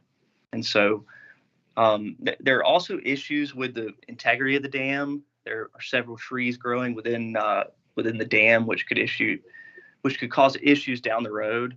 And the property owner here, actually the seller, has said that even if this project were to fall through, that they would want to drain the ponds. I know there've been a lot of issues with liability out there and people walking across the property and being near the ponds, and that together with the integrity of the dam is a concern for the property owner.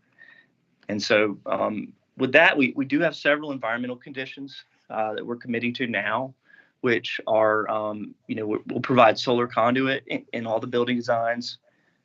Pet waste stations shall be installed. As I mentioned, we're committing to the 25-year storm standard.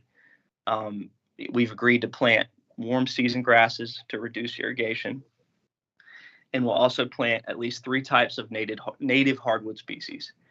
And so we're still working on the PUD documents and the site layout. And just like with the last case, we've met with the affordable housing staff member, and we're juggling kind of several issues with trying to decide what our final commitments will look like before filing.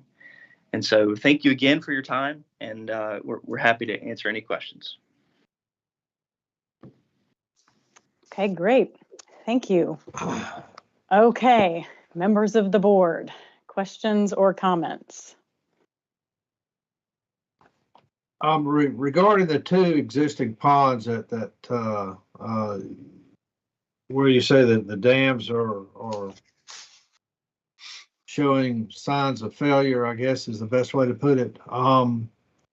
I seem to recall reading somewhere where you were going to be draining that to determine, and once you had drained it, you would be able to determine a little better how you could put homes on the site based on how well that area drains. What if it doesn't work? What are you planning on doing? Well, what we're waiting on is a formal determination from the Army Corps whether they're jurisdictional or not, and so that will dictate what we can do with them. Jeff, do you have any more comments about that? Yeah, Mr. Garrison, that's a great question. Anytime we drain a farm pond, we have to wait a full growing season, about 6 to 8 months, to determine what happens if there are wetlands there.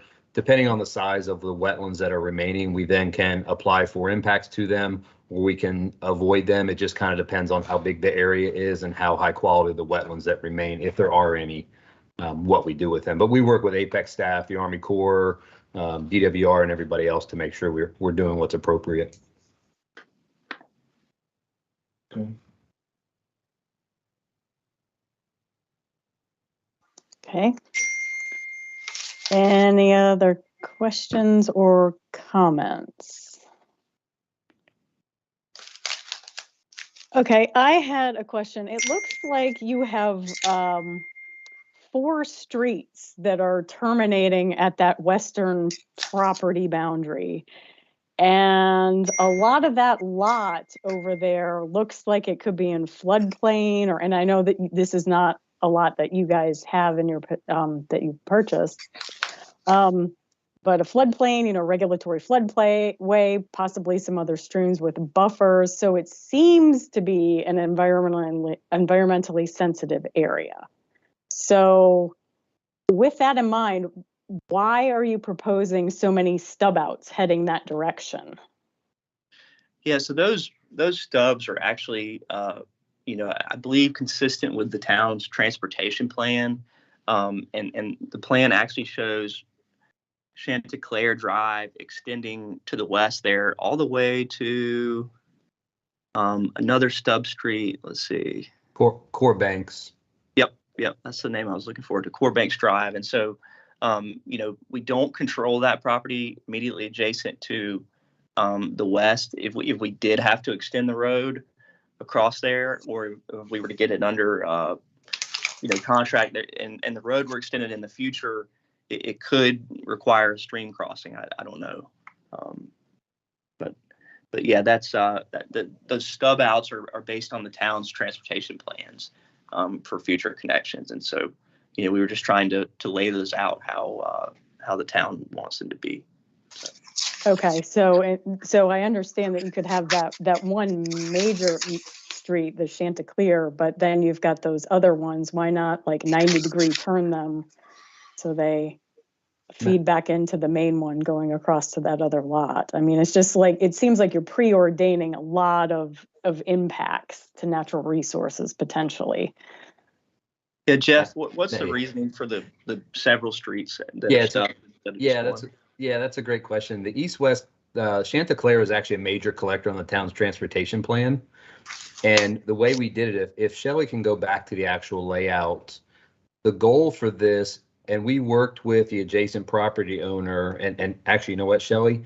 The aerial is probably better now that I'm thinking about it. If you look in the southwest corner of our assemblage, do you see the small roundabout that's there at Goliath and yeah, right there.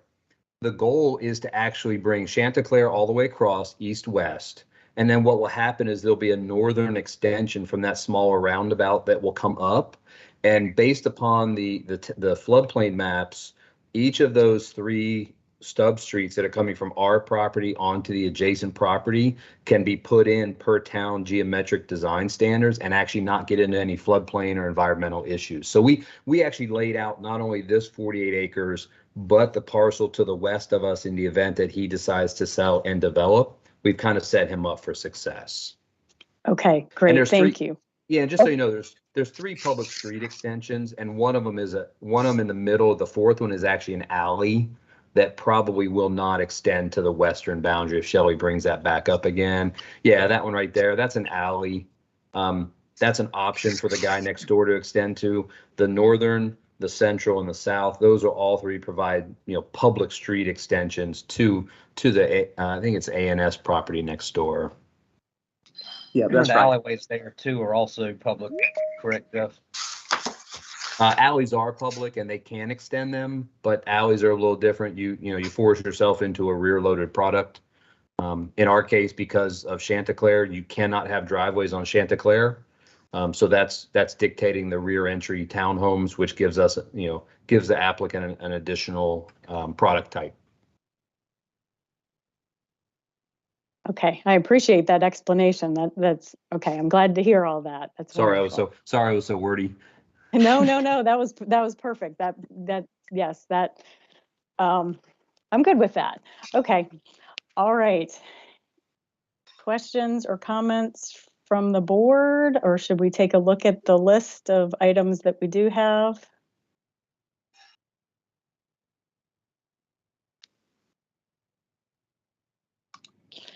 One additional question. Have you guys done a tree survey yet? I believe it's in progress, right, Jeff? It hasn't been finalized yet, though. That is correct. The surveyor is in progress getting all the survey and topo of existing utilities and trees. Okay, and it looks like maybe you're not going to be taking, it looks like the southern half of your property has more open space, old farmland. And really, it's just the stuff along the stream that might be more high quality forest. There are some around the old ponds and in that southwest corner where we have the 50-foot buffer. That's where we're really focusing on preserving any vegetation that's in that 50-foot area for the adjacent properties in Abington. And then if Shelley has that overall, you guys can see the area up on the north. You guys all know where the local bar is. There is a huge multi-acre area of wetlands that's on the north side of Reedy Branch, which is the major creek that cuts the site in half. There's a huge pocket of wetlands over on that side that's unusable. And from an environmental standpoint, we are staying the heck out of that area. If Shelley goes to the layout, that's the hatching. That great big area, those are all wetlands that have been identified by our consultant outside of the stream buffer. So you can see almost that northern half of the property is almost unusable. So that's not going to be a play lawn? No, that hatching where all the red marks and staff comments, that can be a play lawn because that's an upper area, it's an upland area. It's a little dot hatching just below and to the west of the play lawn. All that is wetlands. Okay. So you're going to put the play lawn behind a bar? Absolutely. Absolutely. It's playtime for everybody. You might encourage the parents to go. Exactly. They'll put a Yeah, fence I guess, around it. it becomes an amenity of local bar. That's right. That's right. The parents can go to the local bar and the kids can stay on the play lawn. Okay. All right, let's see. Could we, oh, Shelley, is that you drawing? It is, but Megan can take it back anytime she wants. Okay.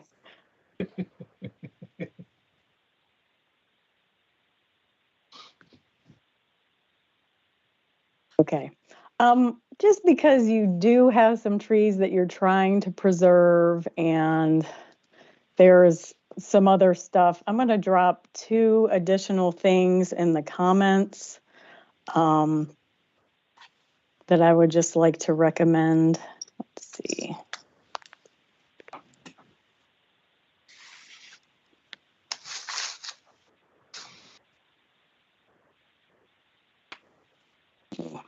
Sorry about the formatting.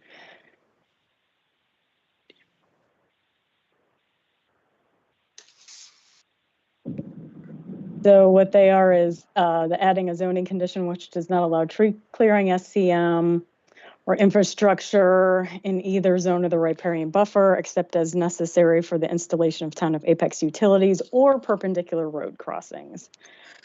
And then add a zoning condition that indicates that species native to the eastern U.S. shall be used to meet the landscaping requirements for section 8.2 of the UDO. Ms. Mason, can I ask for clarification on both of those? The first one being you're specifically talking about the state mandated buffers for the streams. Is that correct? That's how we worded it in the past. Yes, that's correct. Okay. And the second one is we typically have a condition in there that relates to the tree species are native or adaptive per the Apex Design and Development Manual is how we typically do our landscaping. Is that what you're referring to? Is that?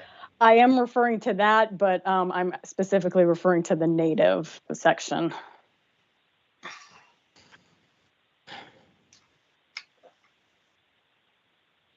And Shelley, that's the native and adaptive ones? Is that both? Thanks for asking, Jeff. Sorry, I was engineer, not a landscape architect, so I just asked for clarification. If you'll remember, about 2 years ago, gosh, it's been almost 2 years now, we updated the design and development manual so that we separated the plant lists into native species and non-native species. All of the species listed are ones that we recommend in the town. We took out all of the ones that were either dying of major pest issues and that we couldn't allow anyway, or the invasive species. So what I think Suzanne is asking is that the options you select be chosen from the native species list instead of the adaptive. And the only concern I have with that, Shelley and Ms. Mason, is that sometimes our contractors can't actually get some of the materials, or they are very, very expensive, or there's an issue with them. So I just want to make sure that we don't get into a situation where we only have 2 or 3 different trees we can choose from because of, I don't know, time of year planting or some other reason. Suzanne, would you be okay with, say, 75 to 80% of them being native? Yes, that would work for me. I think that'd be an acceptable solution. Matthew, do you have a problem with that? No, I'm fine with that.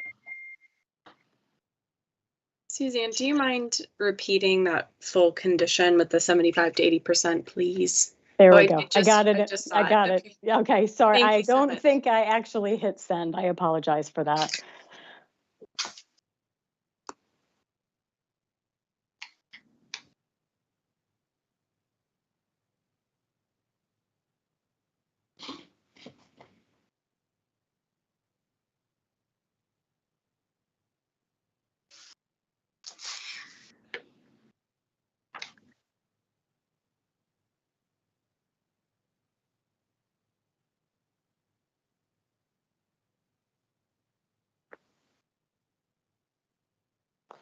Okay.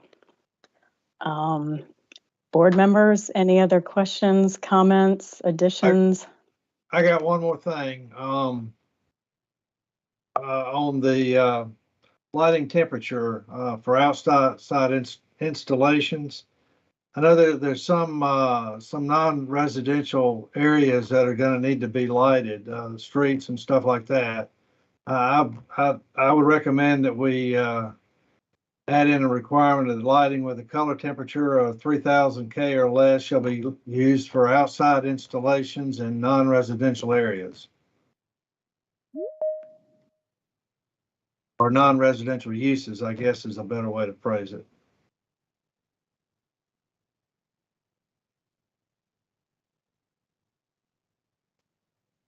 Shelley, can I get clarification? I thought it was the UDO was 3,500. Is it not? It is. Per the ordinance. It is. The board that- just requests That's why I'm 3,000 asking. if possible. That's what I'm asking. I mean, And this would be things like any amenity centers, your signage, lighting, that kind of thing. Right.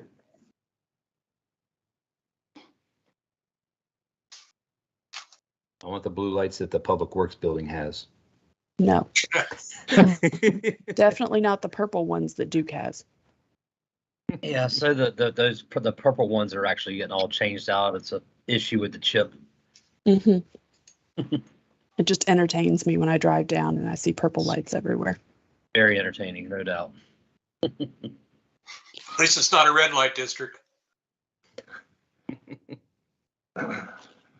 Okay, well, Megan gets the formatting. Do you all have anything else? I'll back off on one of the things I said. Solar conduct shall be included in all building designs. I added that other, you can take it out if you wish. Per our previous discussion.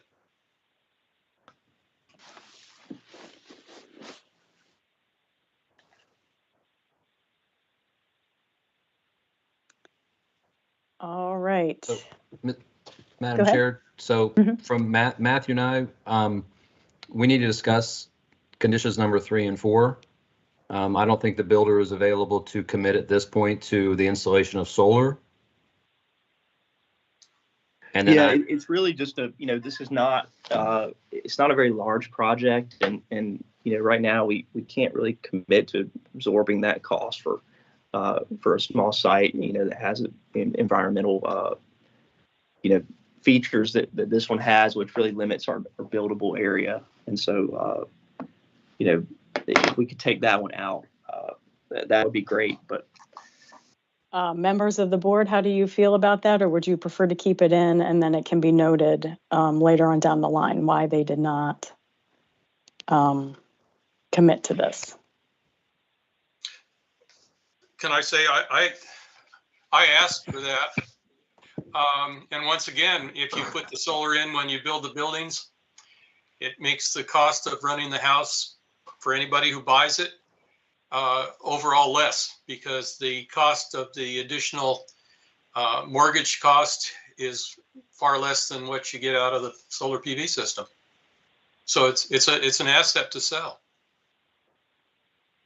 Okay, so Mr. Jensen, would you like to keep these on here? Just as, I would like to keep them on there. That's okay. I would also like to keep them on, Suzanne. Okay, thank you, Katie. is that, for clarification, the 50-year storm, we've already committed to increasing to the 25. That's well and above what the ordinance requires, which is only the 10. Mr. Jensen, I don't know who asked for the 50-year storm. Jeff, you know who asked for it. And as you well know, the shift in size of a pond from a 10-year to a 25-year is not much. And from 25-year to 50 is not all that great. Is that not correct? So the You're talking 20% larger area.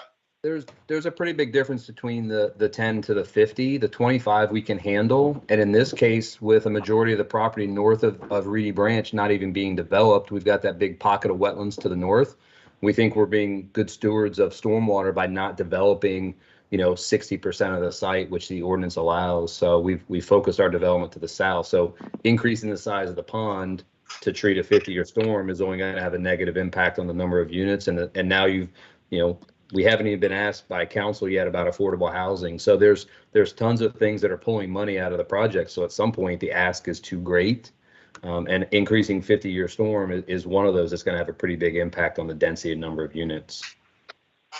Adding 20% more to the pond is going to screw up your density. Is that what you're saying? When you've got 50 acres and you're only getting, you've got townhomes in there and large lots adjacent to Abington, absolutely. Every lot counts. Especially the price of this land, Mr. Jensen. You know how long it's sat there. Everybody knows it's been there a long time. Well, if you don't pay the price, you don't have to worry about it. Frankly, that's the problem. The price is high. You buy the property, so then you have to go really high density to pay the price of the property. It's kind of a self-feeding mess. I do have problems with the lots that are butting up to Abington. They're about, what, 2/3 the size of Abington lots, if that? Half? Okay. So as far as this zoning condition, do you want to keep this on, Mr. Jensen? The 50-year storm? Yeah. Yes. Okay. All right. If so, Patrick? I'm going to rephrase it. So Bill, just let me know if you're okay with this newer. Patrick, I see you have your hand raised. Go ahead. Yes, ma'am. Thank you. Patrick Adams. Just Shelley, you mind sharing that site plan again?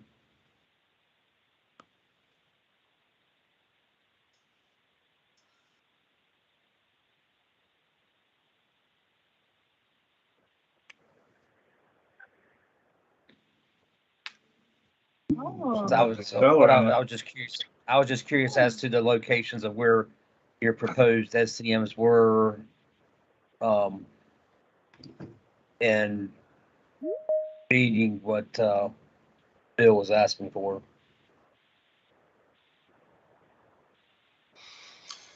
Okay.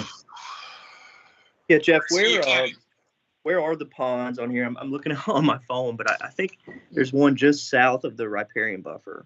Yeah, I think we have 3 of them shown, and Shelley's highlighting them, or Megan or somebody's hovering their mouse over them.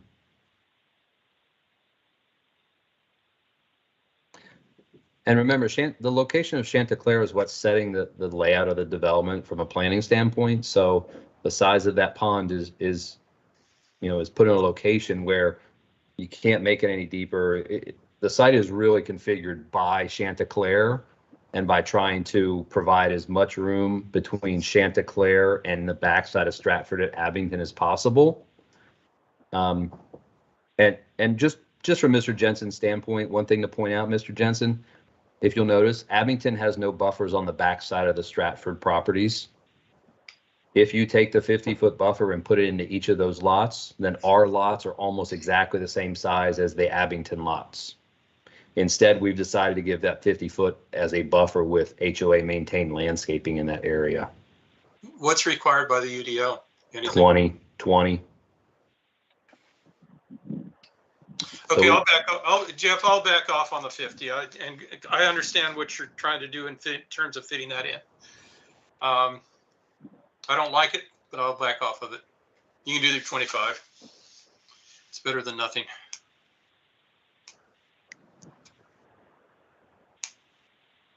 I'm trusting that you know what the areas are. The areas of the lots. Required. Yeah. As I mentioned, I just feel that, for the 20% increase in size, you're able to collect it. But okay, we'll do 25 year. As far as I'm concerned, it's up to the board, not me.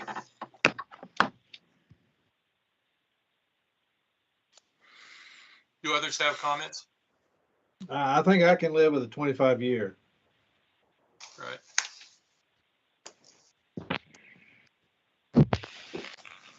Okay. Any other questions or comments on our list? All right, would anybody care to make a motion to approve the list as written?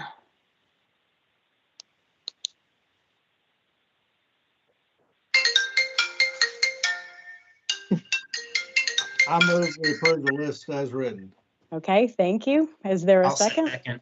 Okay, great. All right, Katie. I will vote in favor. Okay, thank you. I will also vote in favor. Patrick? I think, Patrick, You're you're mu- muted. you're You're muted. muted. Aye. That was an aye. Okay, Yes. thank you. Adam? Aye. Okay, John? Aye. Bill? I'll abstain. Okay. Jason? I'll vote in favor. Okay, thank you. And Greg? Aye. Okay. Motion carries. All right. Thank you, gentlemen, for staying on and providing all the explanations that you have for us tonight. Thank you, everyone. Yep. Thank you all. Thanks. Bye. Okay. Y'all have any, is everybody doing okay? Should we take a 5-minute break or would you guys like to proceed? I'm good. You good? Okay. Do you have any other questions or comments before we go on to the next one? All right. Okay, Megan, go ahead and admit the next applicants, which is for Taywood Subdivision. That's right. We have Stephen coming on board to represent. Hi, Stephen. Welcome to the Environmental Advisory Board meeting. Hello. Hi, Stephen. Welcome. I'm Suzanne Mason. I'm the Vice Chair for the Environmental Advisory Board. If you could just sort of run us through your project and then go through any of the suggested zoning conditions you are considering at this point, we would appreciate it. Yes. So our project, we've got about 6 acres of land, and my client wants to build, he initially wanted to build single-family residential on the property with about 7 houses, 7 lots. I thought that was really admirable because they would have been large lots. He just wanted to build a really minimalist project with a short cul-de-sac and, you know, about 7 lots. And there's an existing pond on the property. We did have a pre-submittal meeting with the town, and we learned that the town is going to require us to build a lot of road infrastructure. So it's going to cause more impacts, and also a long sewer main extension. Those are some large infrastructure costs to our project, and I don't think that those 7 houses are going to be able to support those infrastructure costs. But the town did say that the future land use plan calls for higher density than what we were proposing. You know, possibly 30 apartments or so. So we're now considering that. And we would definitely need the higher density to support all those infrastructure costs. So that's what we're looking at doing right now. Several of the things that we're considering offering are possibly saving some additional trees. We're looking at possibly keeping the existing pond. We're looking at offering the putting up signs around the resource conservation area. Those are the things that we're considering offering. Hey. Shelley, would it be possible for you to sort of outline which parcels, or is it that entire wooded area in between the 2 developed areas? No, it is just these 2 parcels that I'm clicking on at the moment. Okay. And there's the potential for additional parcels to get added, but those are the 2 that the staff discussed with the applicant earlier in the week. Okay. Questions or comments from the board?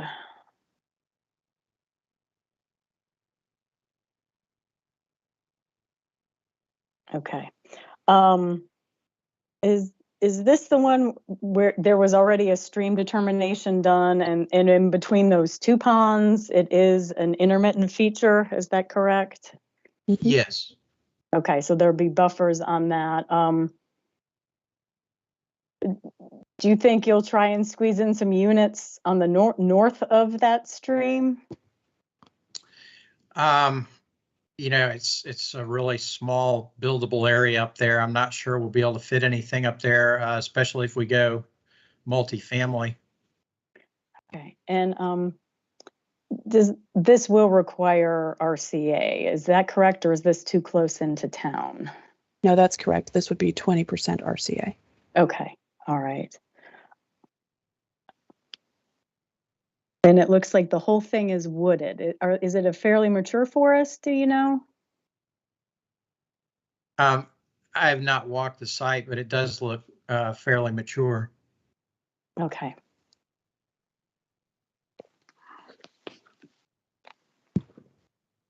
All right, Megan, could you put up what we have so far?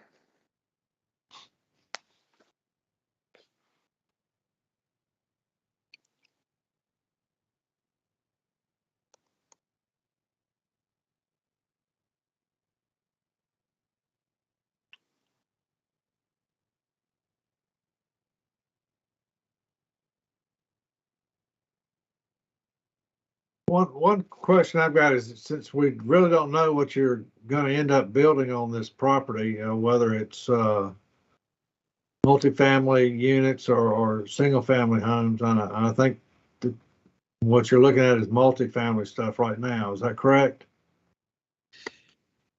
My client hasn't made any final decisions, but it's either going to be single family or multifamily. The town's future land use plan does call for, I think it's 5 to 7 units per acre. So, it might be something like 30 apartments. That's probably the way he's going to go. Okay. I don't think he'll have a choice. The infrastructure costs will largely be driving that as well. And it was our understanding, talking with the planner during the pre-application meeting, that we might encounter resistance actually from the town if we propose something less than the density that's on the future land use plan. So, yeah. Generally, so just to clarify for the board, because they weren't there, generally speaking, that's because of the intense public process that we used to come up with the 2045 land use map designations. And these two parcels are the ones looking at. These are medium density or office employment. And medium density has a density of 3 to 7 units per acre. And generally speaking, because of the process that we go through to incorporate as many people as possible when we're updating the land use map, we try to avoid situations where there's going to be a much lower density, simply because the triangle is growing so rapidly that we're trying to minimize impacts to the fringe areas of town. Fringe is the wrong word. To the areas of town that are closer to Lake Jordan and are more rural. So recommending approval for something that's got a much lower density than what the land use map calls for is not doing the best job at the planning department to provide our input to the town council and the planning board. The road that the applicant mentioned is shown here. It's in pink, and generally speaking, to make that connection work, they are going to need this is just a minor collector, which is a 50-foot right-of-way, if I recall correctly, 26-foot paved between curb and gutter. So it's not an enormous road, but it is an important connection, partially from a traffic standpoint as far as multiple routes through here, but also partly due to emergency services access. The more connection points we have for emergency services, the faster we can respond to people, and the faster we can get people to the places they need to go if need be.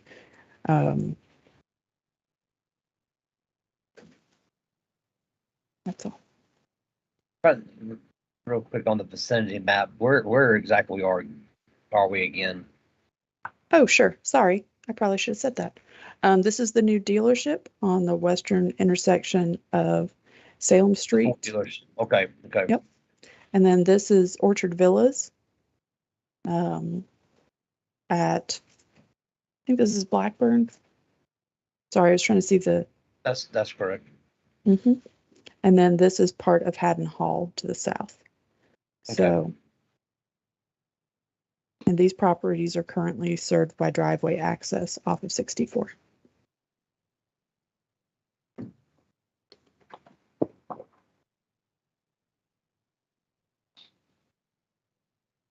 I'm assuming there would be no access to 64 should this project go through. We're not proposing any. Yeah. It would be unlikely that DOT would approve it. Yeah, that's what I was thinking. My understanding is they're trying to make this the entire frontage controlled access, fully controlled access, and minimize driveways. If this entire site came in together, if all of the properties through here came in for the development together, it's possible, but considering the proximity, the distance between Blackburn and Salem Street, it's still unlikely. Yeah, I don't think it would.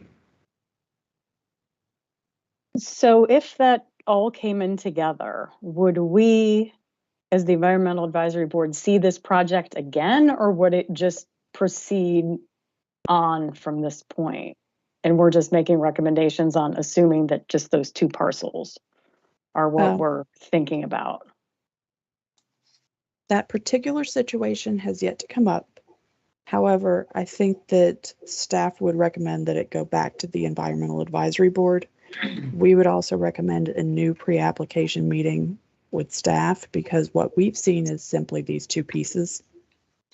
So we would need to see a new sketch plan and a new set of rough drawings to give us an idea of what was going on out here.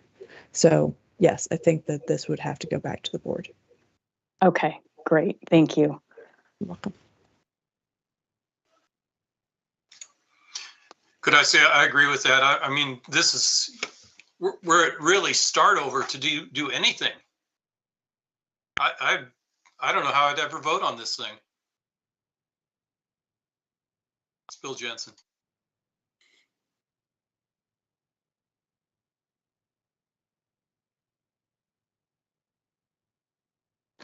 Are you saying it's really difficult to come up with zoning conditions just because of so many uncertainties? Yeah, we can try. We got to look at what's being submitted to us. I mean, what we can make recommendations on what's being submitted to us at this time, and then once it leaves our possession, then obviously council is going to plan a board or address the connectivity issues for the long range plan for it.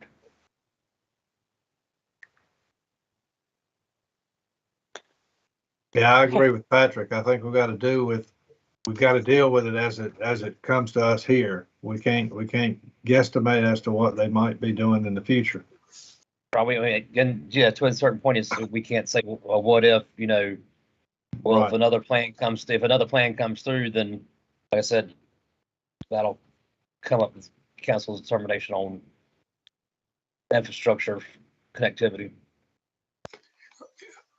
Let me understand, I guess, then we're going to make decisions on the original thing with the houses. And then if it comes down as an apartment, then it's going to be different. And they're saying it's going to be an apartment. So is that the thought, we will do it on the plan that they presented, which is houses? Or are we going to do it on apartments?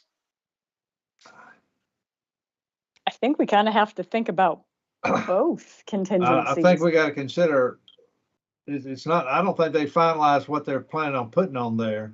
They're just guessing at this point, and I think we've got to make our recommendations based on what they give us.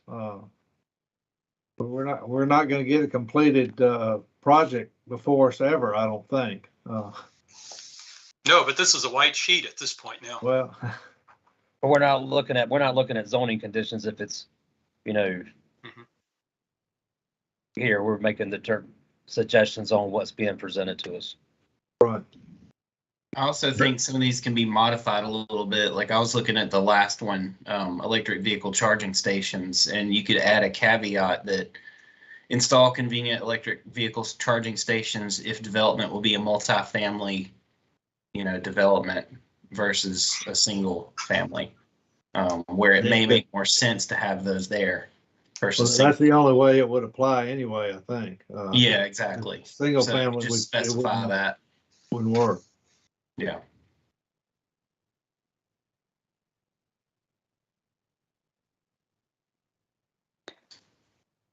I think that that's probably the best way to proceed is to, because the zoning application, as long as all of the uses are permitted within that district, is allowed to have multiple different uses go forward. So although the applicant initially gave us a sketch plan for 7 single-family homes, they are allowed to turn in a rezoning application that includes single-family townhomes and apartments. So some of these site concerns,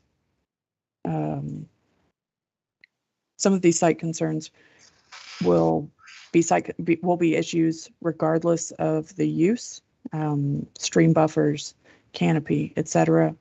And some of them you can evaluate looking at it as denser single family or as townhomes. And actually, I just double checked the land use map and it does not support apartments in that area. So this would be single family or townhomes unless a land use map amendment was proposed.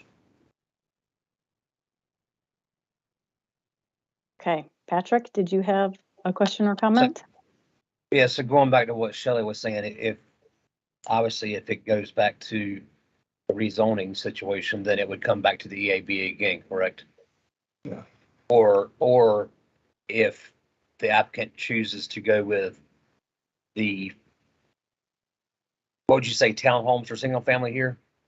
Correct. If the site plan changed in the product, does it come back to the EAB? It would not, as long as the zoning as long as the project didn't need to be rezoned a second time. Like I said, that really leaves a kind of an open gap between, what I feel like what we would have to say for townhomes versus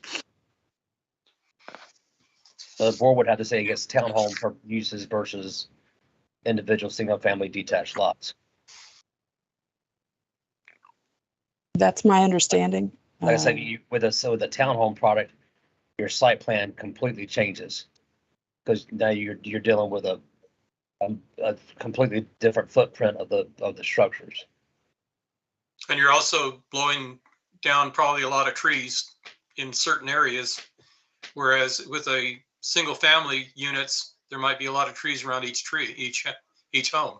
Right. I mean, yeah, exactly. Like it's what Bill's saying is you got a footprint of where you're going to put the home, and you would grade for your right of way to right of way, or your cut fills for your roadway. So, you're going with townhomes, and you're covering more of a larger area, and so I mean, I guess at this point here we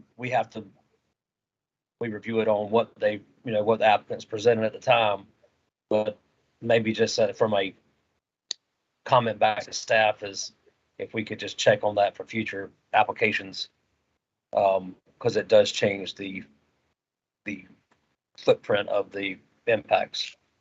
Definitely. And we could also do sort of what Adam suggested and do sort of if then kind of things. If it's this, then this, you know? Patrick, do you see anything on this list that you would change if we're looking at strictly townhomes? That's a tough, I mean, yeah, that's a tough call. Like I said, once again, your site plan changes, and it will change dramatically if the applicant's only holding on to those two parcels. I mean, just like I said, I think you just got to look at it from a standpoint of the site plan is provided, and then it's then going back and just asking staff to double check and make sure if product or site plan changes, if site plan changes to change product, then that is a significant enough change that would need to come back to the EAB.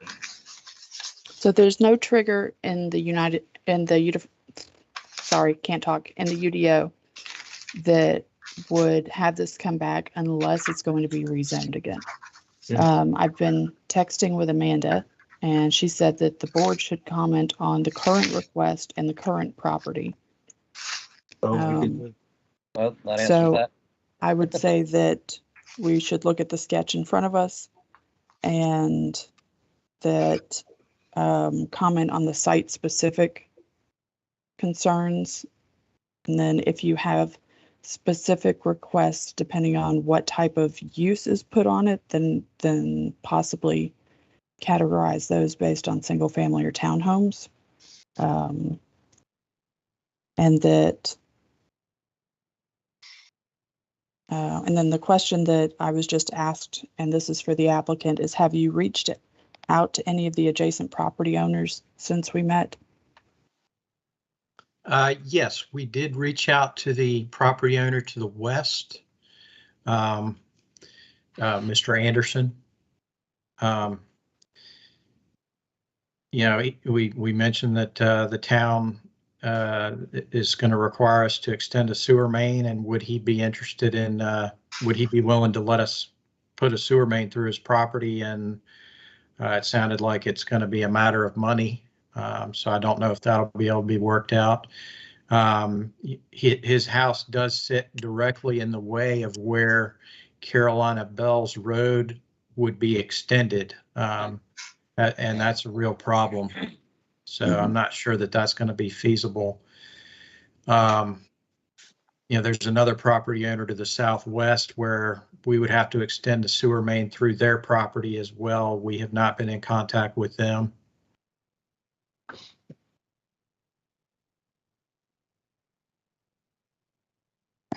Thank you. That helps.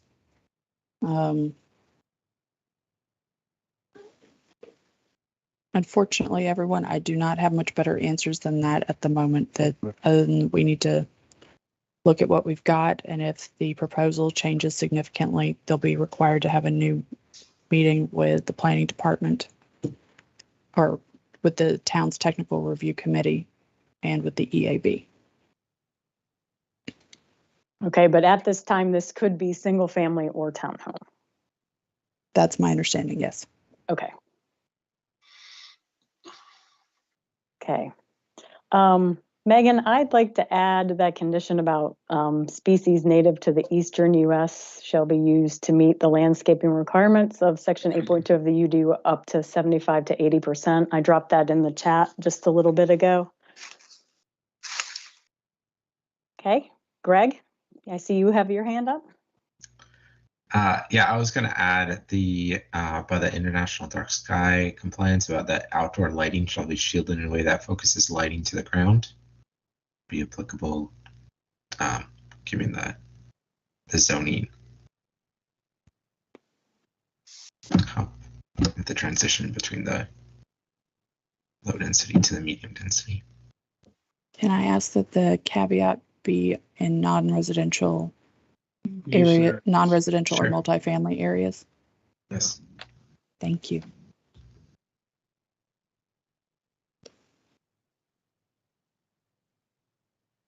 Shelley, you said non-residential and Or multifamily. or multifamily. Thank you. Mhm.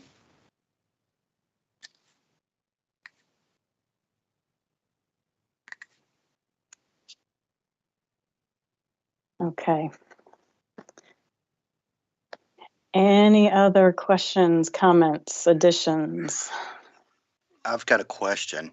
Sure. If we're going for townhomes, will there be an increase of impervious surfaces, aka, parking lots? And do we have to worry about stormwater runoff or some sort of stormwater reclamation because of that? There would definitely be increased impervious, with more density and townhouses. Yes. We would have to meet the stormwater requirements, of course.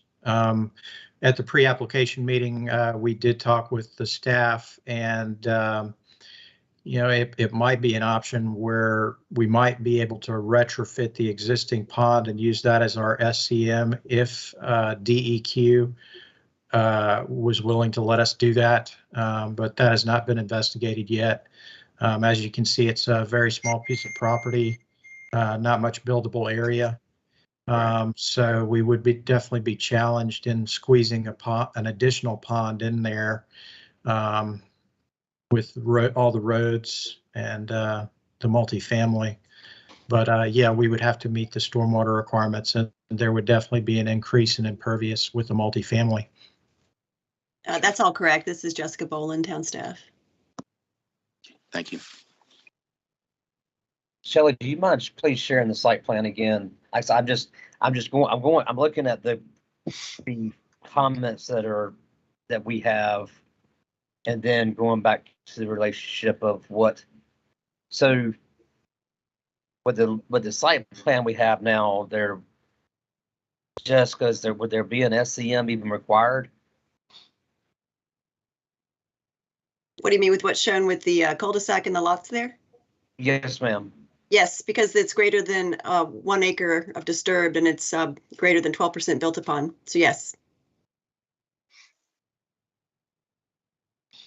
They would be required to meet UDO section 6.1.12. So with the site plan here, obviously you'll have to accommodate. That's right. Where the if they can SCM get it, on. yeah, unless they can get it to drain to an existing SCM, or like you said, turn that. I don't know if turning a pond into an SCM, that's happened a couple of times in town, but it's I mean, that's a comment. Yeah, we would make. You'd probably have to lose a lot. The layout would also have to change some because the town's ordinance doesn't allow. So 7 lots is still doable, but it would have to shift a little bit because the town's ordinance doesn't allow riparian buffers on lots any longer. Correct. So. Yes. Yeah, it's a pretty tight site there with the environmental features already there, and the fact you need a stormwater control measure. Yeah, I mean, I guess I'd like to add in there that, for the year that we need to, stormwater pond needs to be added to the site plan or proposed. Yeah, that's all discussed, with town staff when we do our review. Yeah, it's again, going back to what we're looking at and voting on here. It's okay. Yeah. Again, it's just anyway, that's all I have.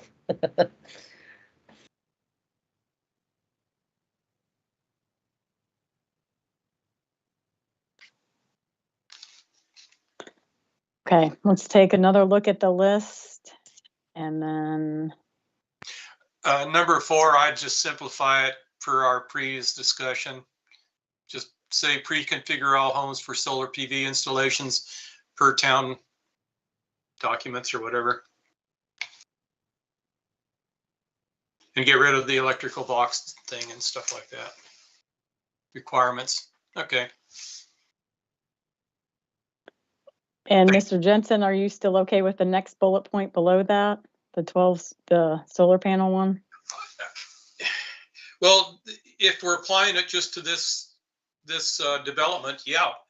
If it's 7 houses, but if they're going to put 20 townhomes to try to get through this thing, then I would change that. But would you prefer to change that to a percentage? Could you say 5 to 10%? With that 10%, yeah, we can a minimum. A lot of developers don't like to see percentages, but in this case, we need to. Minimum of 4 kilowatt solar PV systems, which is 12 panels, and then the 10% on 10% of homes. A minimum of 4 kilowatt solar PV systems, 12 panels on 10% of the homes. 10% of the homes. Yeah, okay. If that works for everybody. Yeah.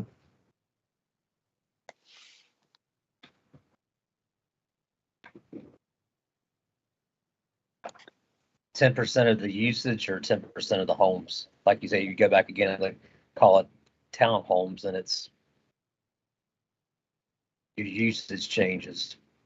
homes would refer to either Single family or multi. Okay. single family or townhomes. Multifamilies refers Our townhomes, yeah. I'm just wondering if it's practical to fit 12 panels on a townhouse. I just don't know. Yeah, it sometimes gets a little tight, and it depends on the orientation of the how the roofs are set up. 12 panels is you can do it 6 panels wide, 2 panels high, and 6 panels wide would be about 22 feet. I think it'll fit on most reasonable townhomes, although I've seen 22-foot wide townhomes. And Stephen, these are board recommendations, but if while you're doing your due diligence with your applicant, the specifics need to be adjusted, you are welcome. You can propose alternatives, and then you would just be required to explain the difference to town council, and they would discuss that with you at the meeting. And I could live with 3 kilowatts of solar systems, 10 panels wide then, or something like that, approximately. And just trust that you'll put on what you can. Because once you start putting these things on, you're better off to put a bigger system on. The value of size makes them more valuable to the house, to the homeowner. Okay. Okay, does anybody else see any other things?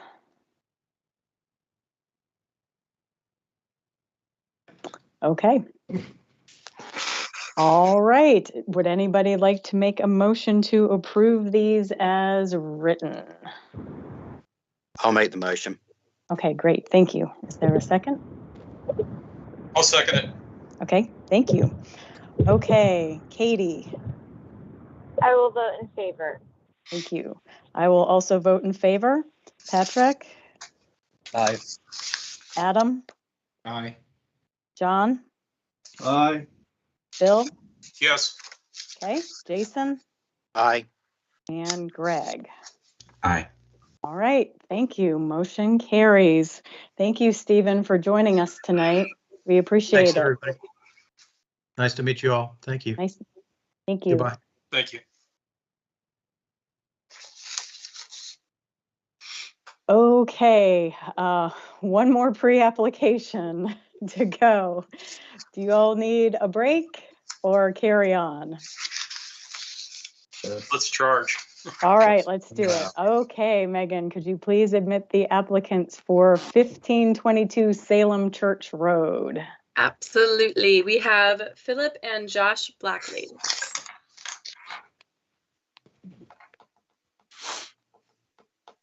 Just as a quick note to the board, town staff has not had our meeting with the applicants yet. So. Hey, good evening. Can you hear me? Yes. Okay, welcome. I am Suzanne Mason. I'm the vice chair of the Environmental Advisory Board.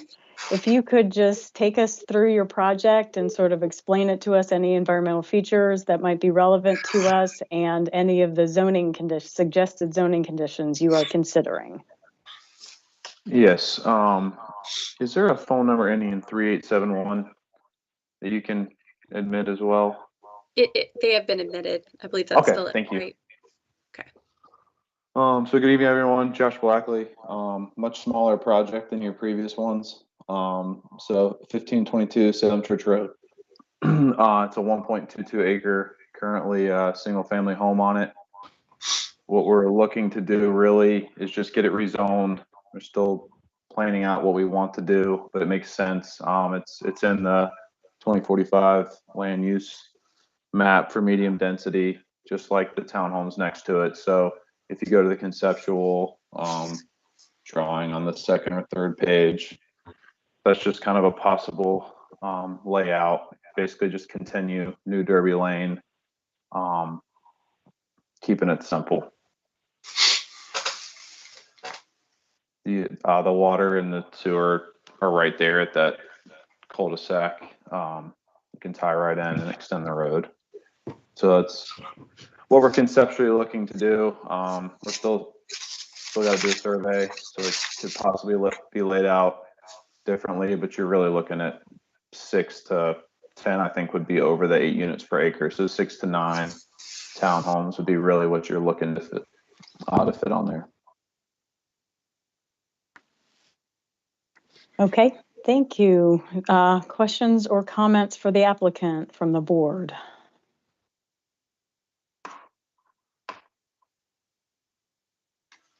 Okay. So would you have, how are you going to deal with stormwater? Would that be associated with the adjacent development, or where are you going to put your stormwater?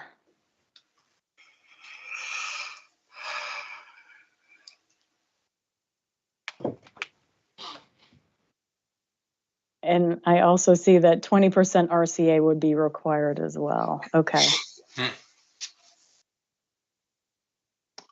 We'd love to get our hands on the layout of how they did the adjacent units. It slopes southeast. We'll still have to lay that out though. So on the site plan, the adjacent site plan, the only stormwater pond for that is down at the corner, or that's right where that area where Paul Print is. Yeah, and we would have to have you confirm that was sized appropriately for that additional impervious surface, if you could even get the water there. Right. And we have all the calculations. You know, you could just contact. This is Jessica Bolin in the Water Resources Department. Just contact us, and somebody from our group will send you the calculations. Okay, and we still have our. We haven't had our meeting yet with the TRC. That's on March 3rd. This is our first meeting. Yeah, that makes sense. Okay, and have you all had a chance to look at any of our suggested zoning conditions? Have you looked at that list? Yes, we took a look at them. Makes sense as far as the conduit goes to prep for panels. I don't know as far as how the roofs, how the panels would fit on there. So I think it's definitely a recommendation we want to use. We'd have to work with the builder on that. I don't know if we can commit to that for sure at this point while we're still planning. But definitely put in the conduit for the PV system, and then as possible install on the rooftops. We'll probably have to leave that up to the builder.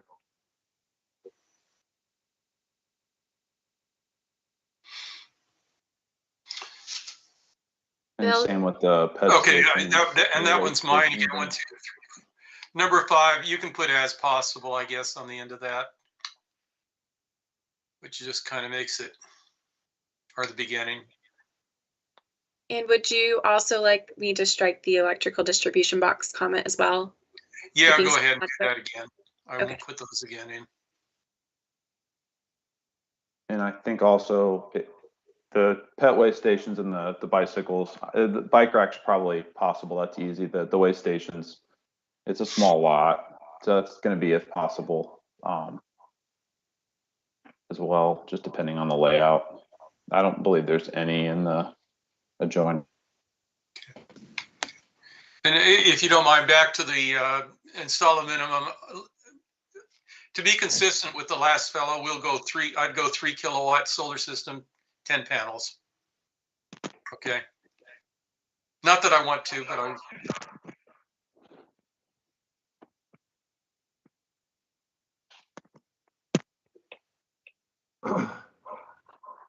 Sorry, I got bumped from the meeting for a second.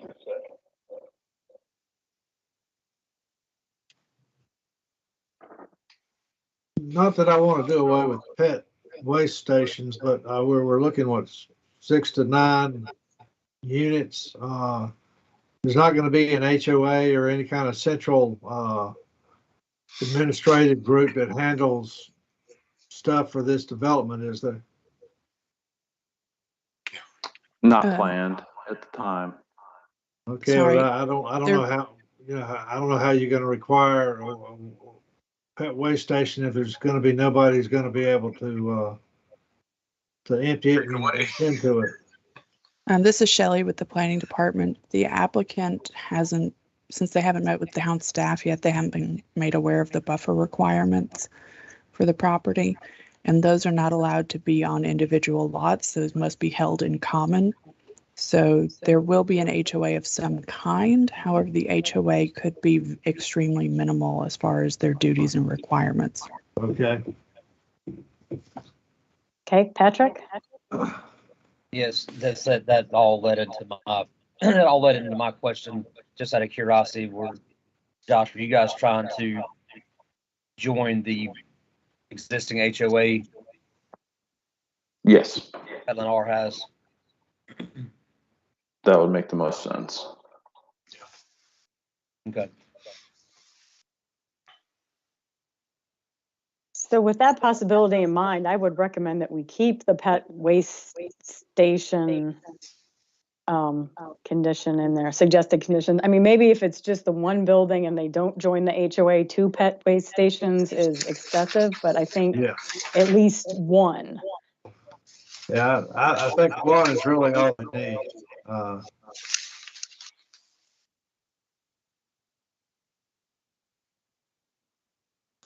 Patrick, is your hand still up? Yeah, my apologies. It is still up. I was just going back to the pet waste station.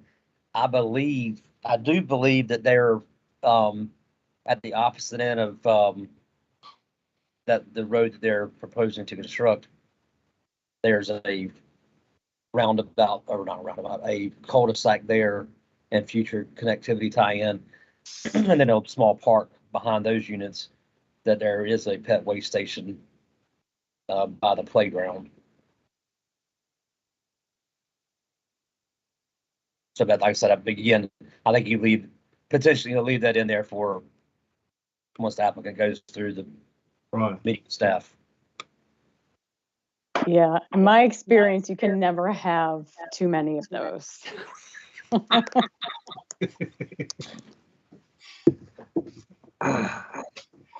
And as far as the design storm, it'd be great if we could get 50, but like you said, I think that's something we'll have to discuss in more detail in regards to what we have to work with. Okay. I don't know if that'll even be possible. Yeah, I'll add in there too on that one, Josh. So that existing stormwater pond that's down there, there's a sewer outfall and several other items that run adjacent to it, then a DOT right away. So there's a lot of constraints down there with that existing SCM. That is mine, and I'll say I can drop it for this small development, unless anybody else doesn't wants to keep it. I think it'd be a little hard for them to meet. Yeah, I agree. 25 is going to be a great goal for us. Just hopefully we can get at least the required 10 with what's there. Yeah. I thought that some of these were putting in 100-year storm control in this area, but I think that was across the street.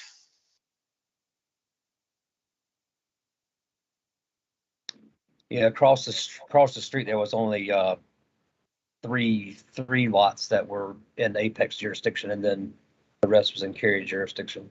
Oh, okay, I'm too far. I'm off a little bit then. As far as the lighting, the last item there, the color temperature, we need to revise that language to reflect non-residential areas, and same way we've done with some of the others tonight. Yes, please.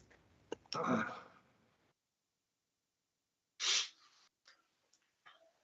trying to keep you happy, Shelley. Thank you, John. Which one was that again, please? The lighting with a color temperature of 3000 K. Got it. Thanks. And just for the applicant, this would simply be for areas that, like if you decide that you wanted lighting on a monument sign, or have some community amenities that you wanted, that kind of thing. I think that needs to go down to the last Either one bullet works. on that. Yeah.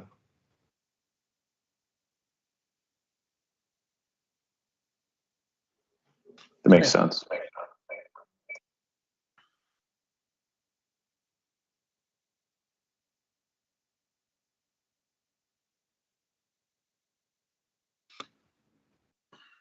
Okay. Any other thoughts, additions, or modifications? This is Bill on number 5, just to be consistent with the last folks. That can be changed to 3 kilowatts and 10 panels. Main thing is that they do something. Megan, I was thinking that the non-residential multifamily areas would go to the bottom bullet point that starts with lighting with a color temperature. Yeah, right there, yes.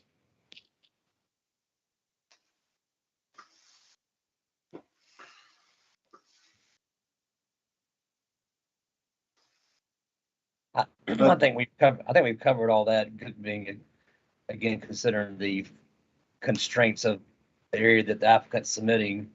Yeah. Time the buffer requirements go in, and the required additional areas. There's not a whole lot of non-residential area for monument play lawn to be being provided. Okay.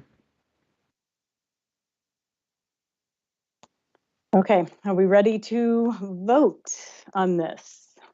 Would anybody like to propose a motion to approve them as written? I'll make the motion to approve as written. Okay, thank you. Is there a second? Second. Oh, Patrick, were you seconding, or No, I was just on the bullet point 3, the installing a bike rack. I don't see taking that one out.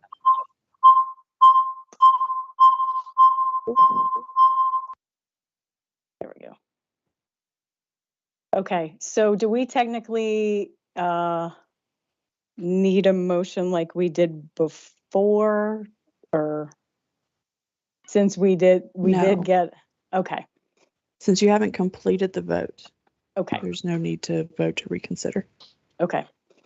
The motion needs to be amended, though. The motion needs to be amended. Okay.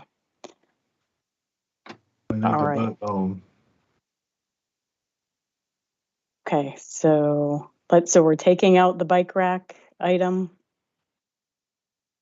I think so, just to be, you're tying into that existing townhome community.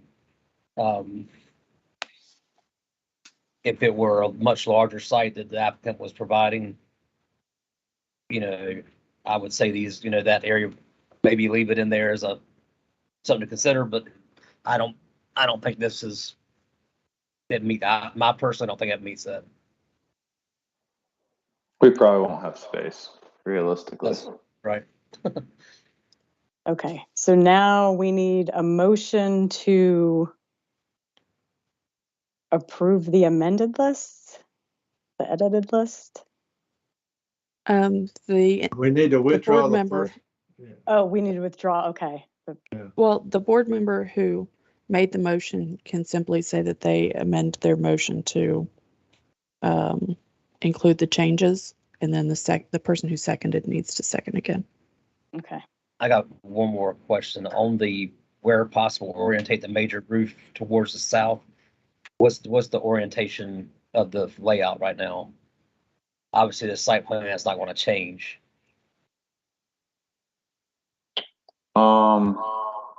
I guess it would be south.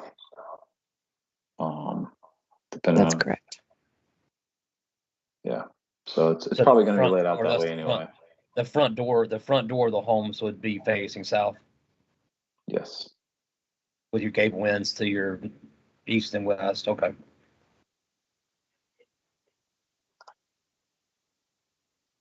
Okay. Okay. So the person who originally made the motion, would you like to make a motion to amend it? And before you do that, real quick, sorry, were we going to say if possible we'll increase it to the 25-year storm due to some possible constraints? Or is that something we can come back and reassess later in the process? So any of the conditions that that are proposed by the board these are not set in stone. These are recommendations. And if while you're working on your due diligence, you determine anything prior to the zoning public hearings, if you determine that that's simply not possible for you to meet, you can propose an alternative condition, or you can simply say that you can't meet that condition. You would have to explain to town council, however, why you're unable to meet the condition to one degree or another. So that is still something that we can work on if you're unable to. Makes sense. Thank you. You're welcome. Okay. Is there an amendment to the original motion?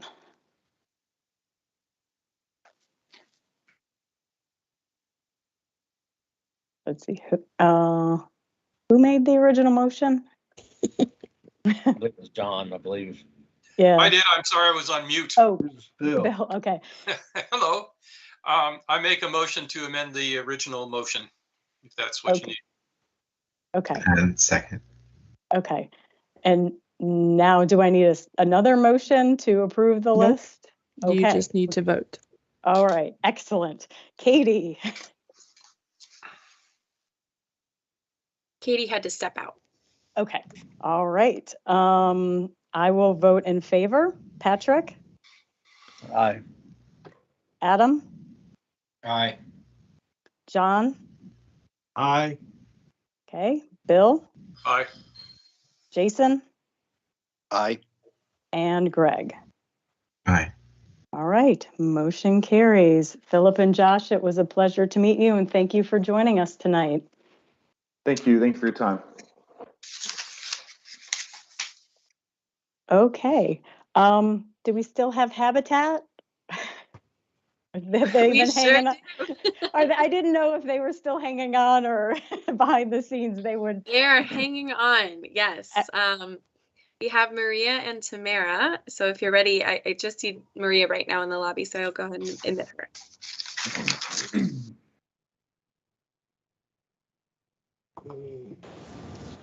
Hi, Maria. I'm Suzanne Mason, the Vice Chair of the Environmental Advisory Board. I appreciate you waiting so long for us tonight, and we're very excited to hear your presentation. Hi, well, thank you so much for having us. We actually had to reschedule from last month, but again, I'm Maria Anderson, Director of Homeowner Services at Habitat for Humanity of Wake County, and we had the opportunity to meet Megan back in November at our build there in Apex on Casino Lane. This is the first build that Habitat has done with the town of Apex since 2013. We're building 7 homes, of which 5 of those homes have been chosen. And so I don't know if you guys are familiar with our finance model, but if a person is eligible for, well, first of all, let me back up. We sell at pre-appraised value. So if the buyer can be qualified for 70% of the pre-appraisal, then that's what their purchase price will essentially be. So we have 5 folks that have chosen. The first one will close in March. And we've been invited to talk about some of the environmental things that we do in our bills to make these houses sustainable. One of which I'm super proud of is recycled denim in our insulation, which unfortunately we won't be able to access anymore because the company that provides that to us is actually going out of business. I did want to introduce to you my staff, Tamara Husseini. She's on the call with me. She has a master's degree in environmental management from Duke University, and I'll allow her to present our slides. So Tamara, take it away. Hi, thank you for the introduction, Maria. Yeah, and just to dovetail to that, I've actually had the opportunity to present to your counterparts in Durham, so this is kind of a full circle moment for me. We are here today to kind of tell you a little bit about how Habitat incorporates kind of environmental and eco-friendly considerations into our home building. If I may, can I share the presentation? Is that fine? Absolutely. Okay. Let's see. Where are we? I'm sorry, give me one moment, please.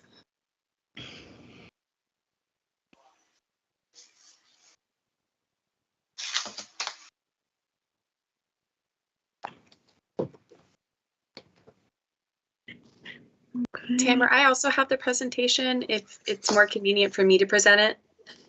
Hold that thought one more second. Sure. Yeah, I don't know why it's not giving me the option to share it. It's showing me everything else, but not the presentation. Yeah, if you want to go ahead and share it.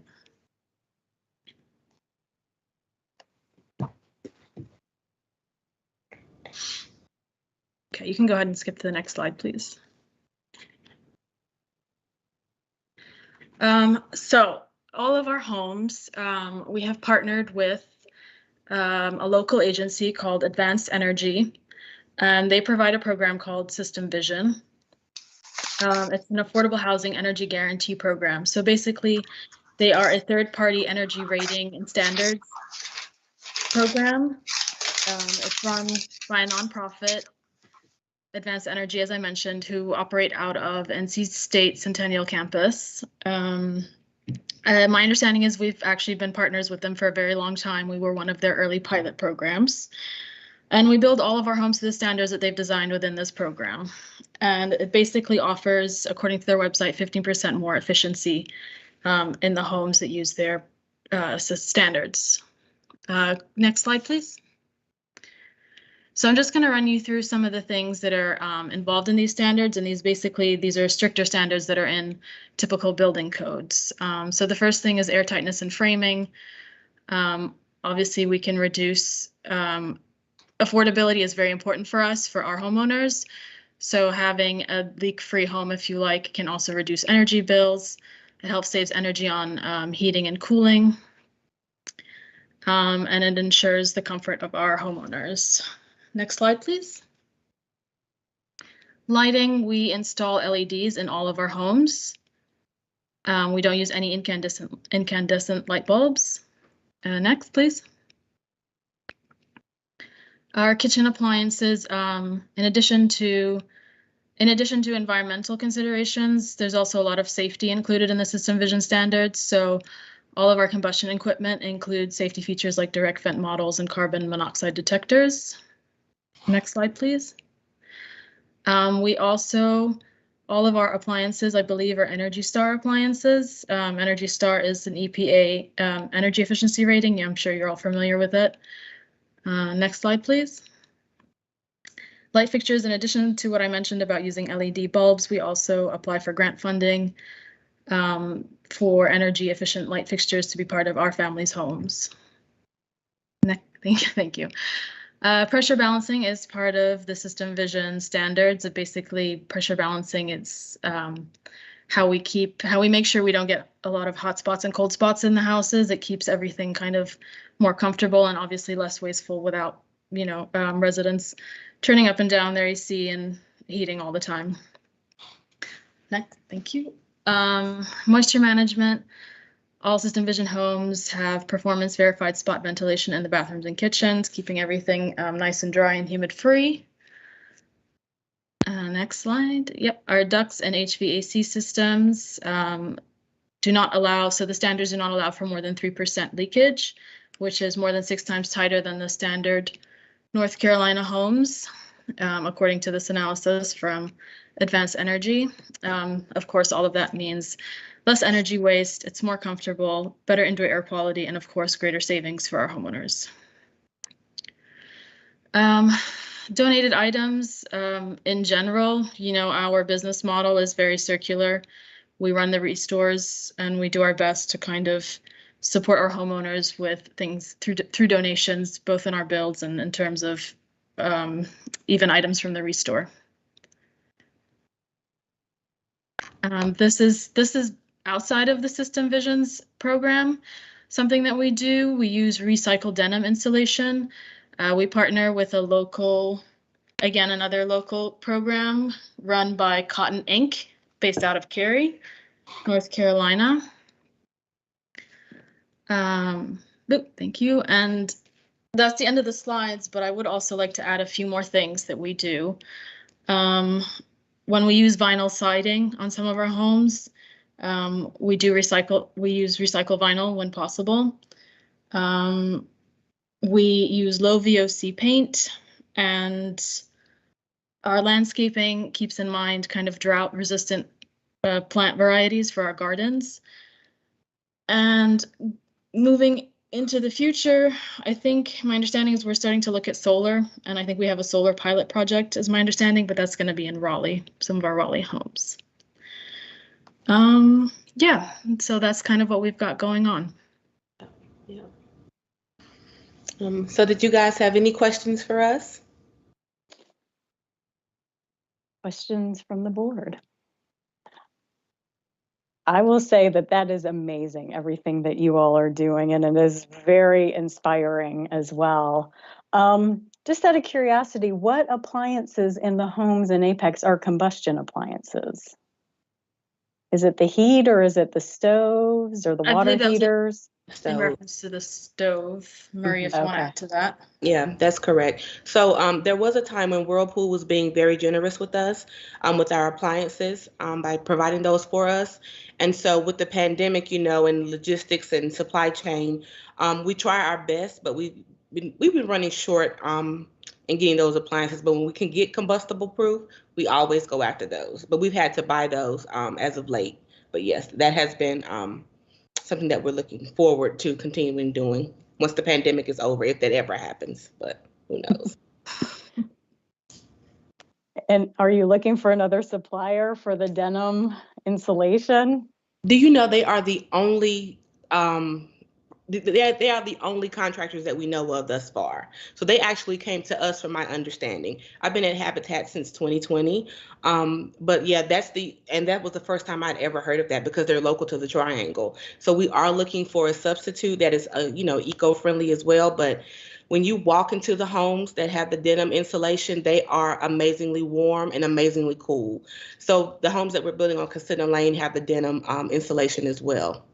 So yeah. That's amazing. I hope there is another supplier you all can get connected with. Absolutely. I would think If I that would could just- also help with soundproofing the homes as well. It does. Yeah, it does. If I could just chime in, folks, this is Cheryl with the Town Council. I went to your parade of homes in Garner some time ago and saw those homes with the denim insulation. It was so impressive. And I really appreciate all you all are doing for energy efficiency and affordability. I think it's just awesome. Thank you for your work. Thank you. We appreciate that. Could I ask, if I understand, you use gas stoves when you can rather than electric? No, sir. Our homes are all electric. Okay. Mm-hmm. Good. Thank you. I'm very happy. Okay. Thank you. Okay. Any other questions for Tamara or Maria from the board? Okay, well, again, thank you so much for hanging in there with us tonight and presenting this information to us, and please keep up the good work. It's amazing. Thank you again. You all have a great evening. Thank you. Thank you. Bye-bye. Okay, board members, in the interest of time, you all have been so amazingly patient, as well as town staff and council member Stallings. Thank you so much for hanging in there with us. This has been a long meeting. Does anybody object to pushing open discussion perhaps till next time, or if there's something immediate, going ahead and emailing Megan and we can for sure get it on the agenda for next time? That's good. Sure. Okay. All right. Does anybody else have any parting questions or comments? If I could just chime in one time as well, Ms. Mason, y'all are amazing. And I thank you so much for your thoughtful conversations and your thoughtful recommendations. They mean a lot to me and they mean a lot to the council. So thank you so much. Thank you. And thank you for being here tonight. Okay. So with that, I will entertain a motion to adjourn. I move we adjourn. Okay. Second. Second. Okay. Thank you, Greg. All right.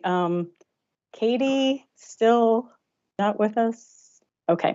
All right. I will vote in favor. Patrick? Aye. Adam? Aye. John? Aye. Bill? Yes. Okay. Jason? Aye. And Greg? Aye. All right. Motion carries. Well, again, thank you all so much. And perhaps next time we will be in person, or we don't know yet. We got to will move see. Adam. We got to move Adam out behind me, because when you say Patrick and then you say Adam, I'm like, did she forget my first name? Or I noticed that too. Oh, that's several times I'm like, oh. Anyway, no, I'm being funny. but- That's funny, because that's how you all are listed, like, by alphabetical order on the top of the Yeah, We'll have letterhead. to go from Patrick to Jason or something, or Greg, then back. Yeah. Yep. Okay, well, thank you all again so much, staff, board members.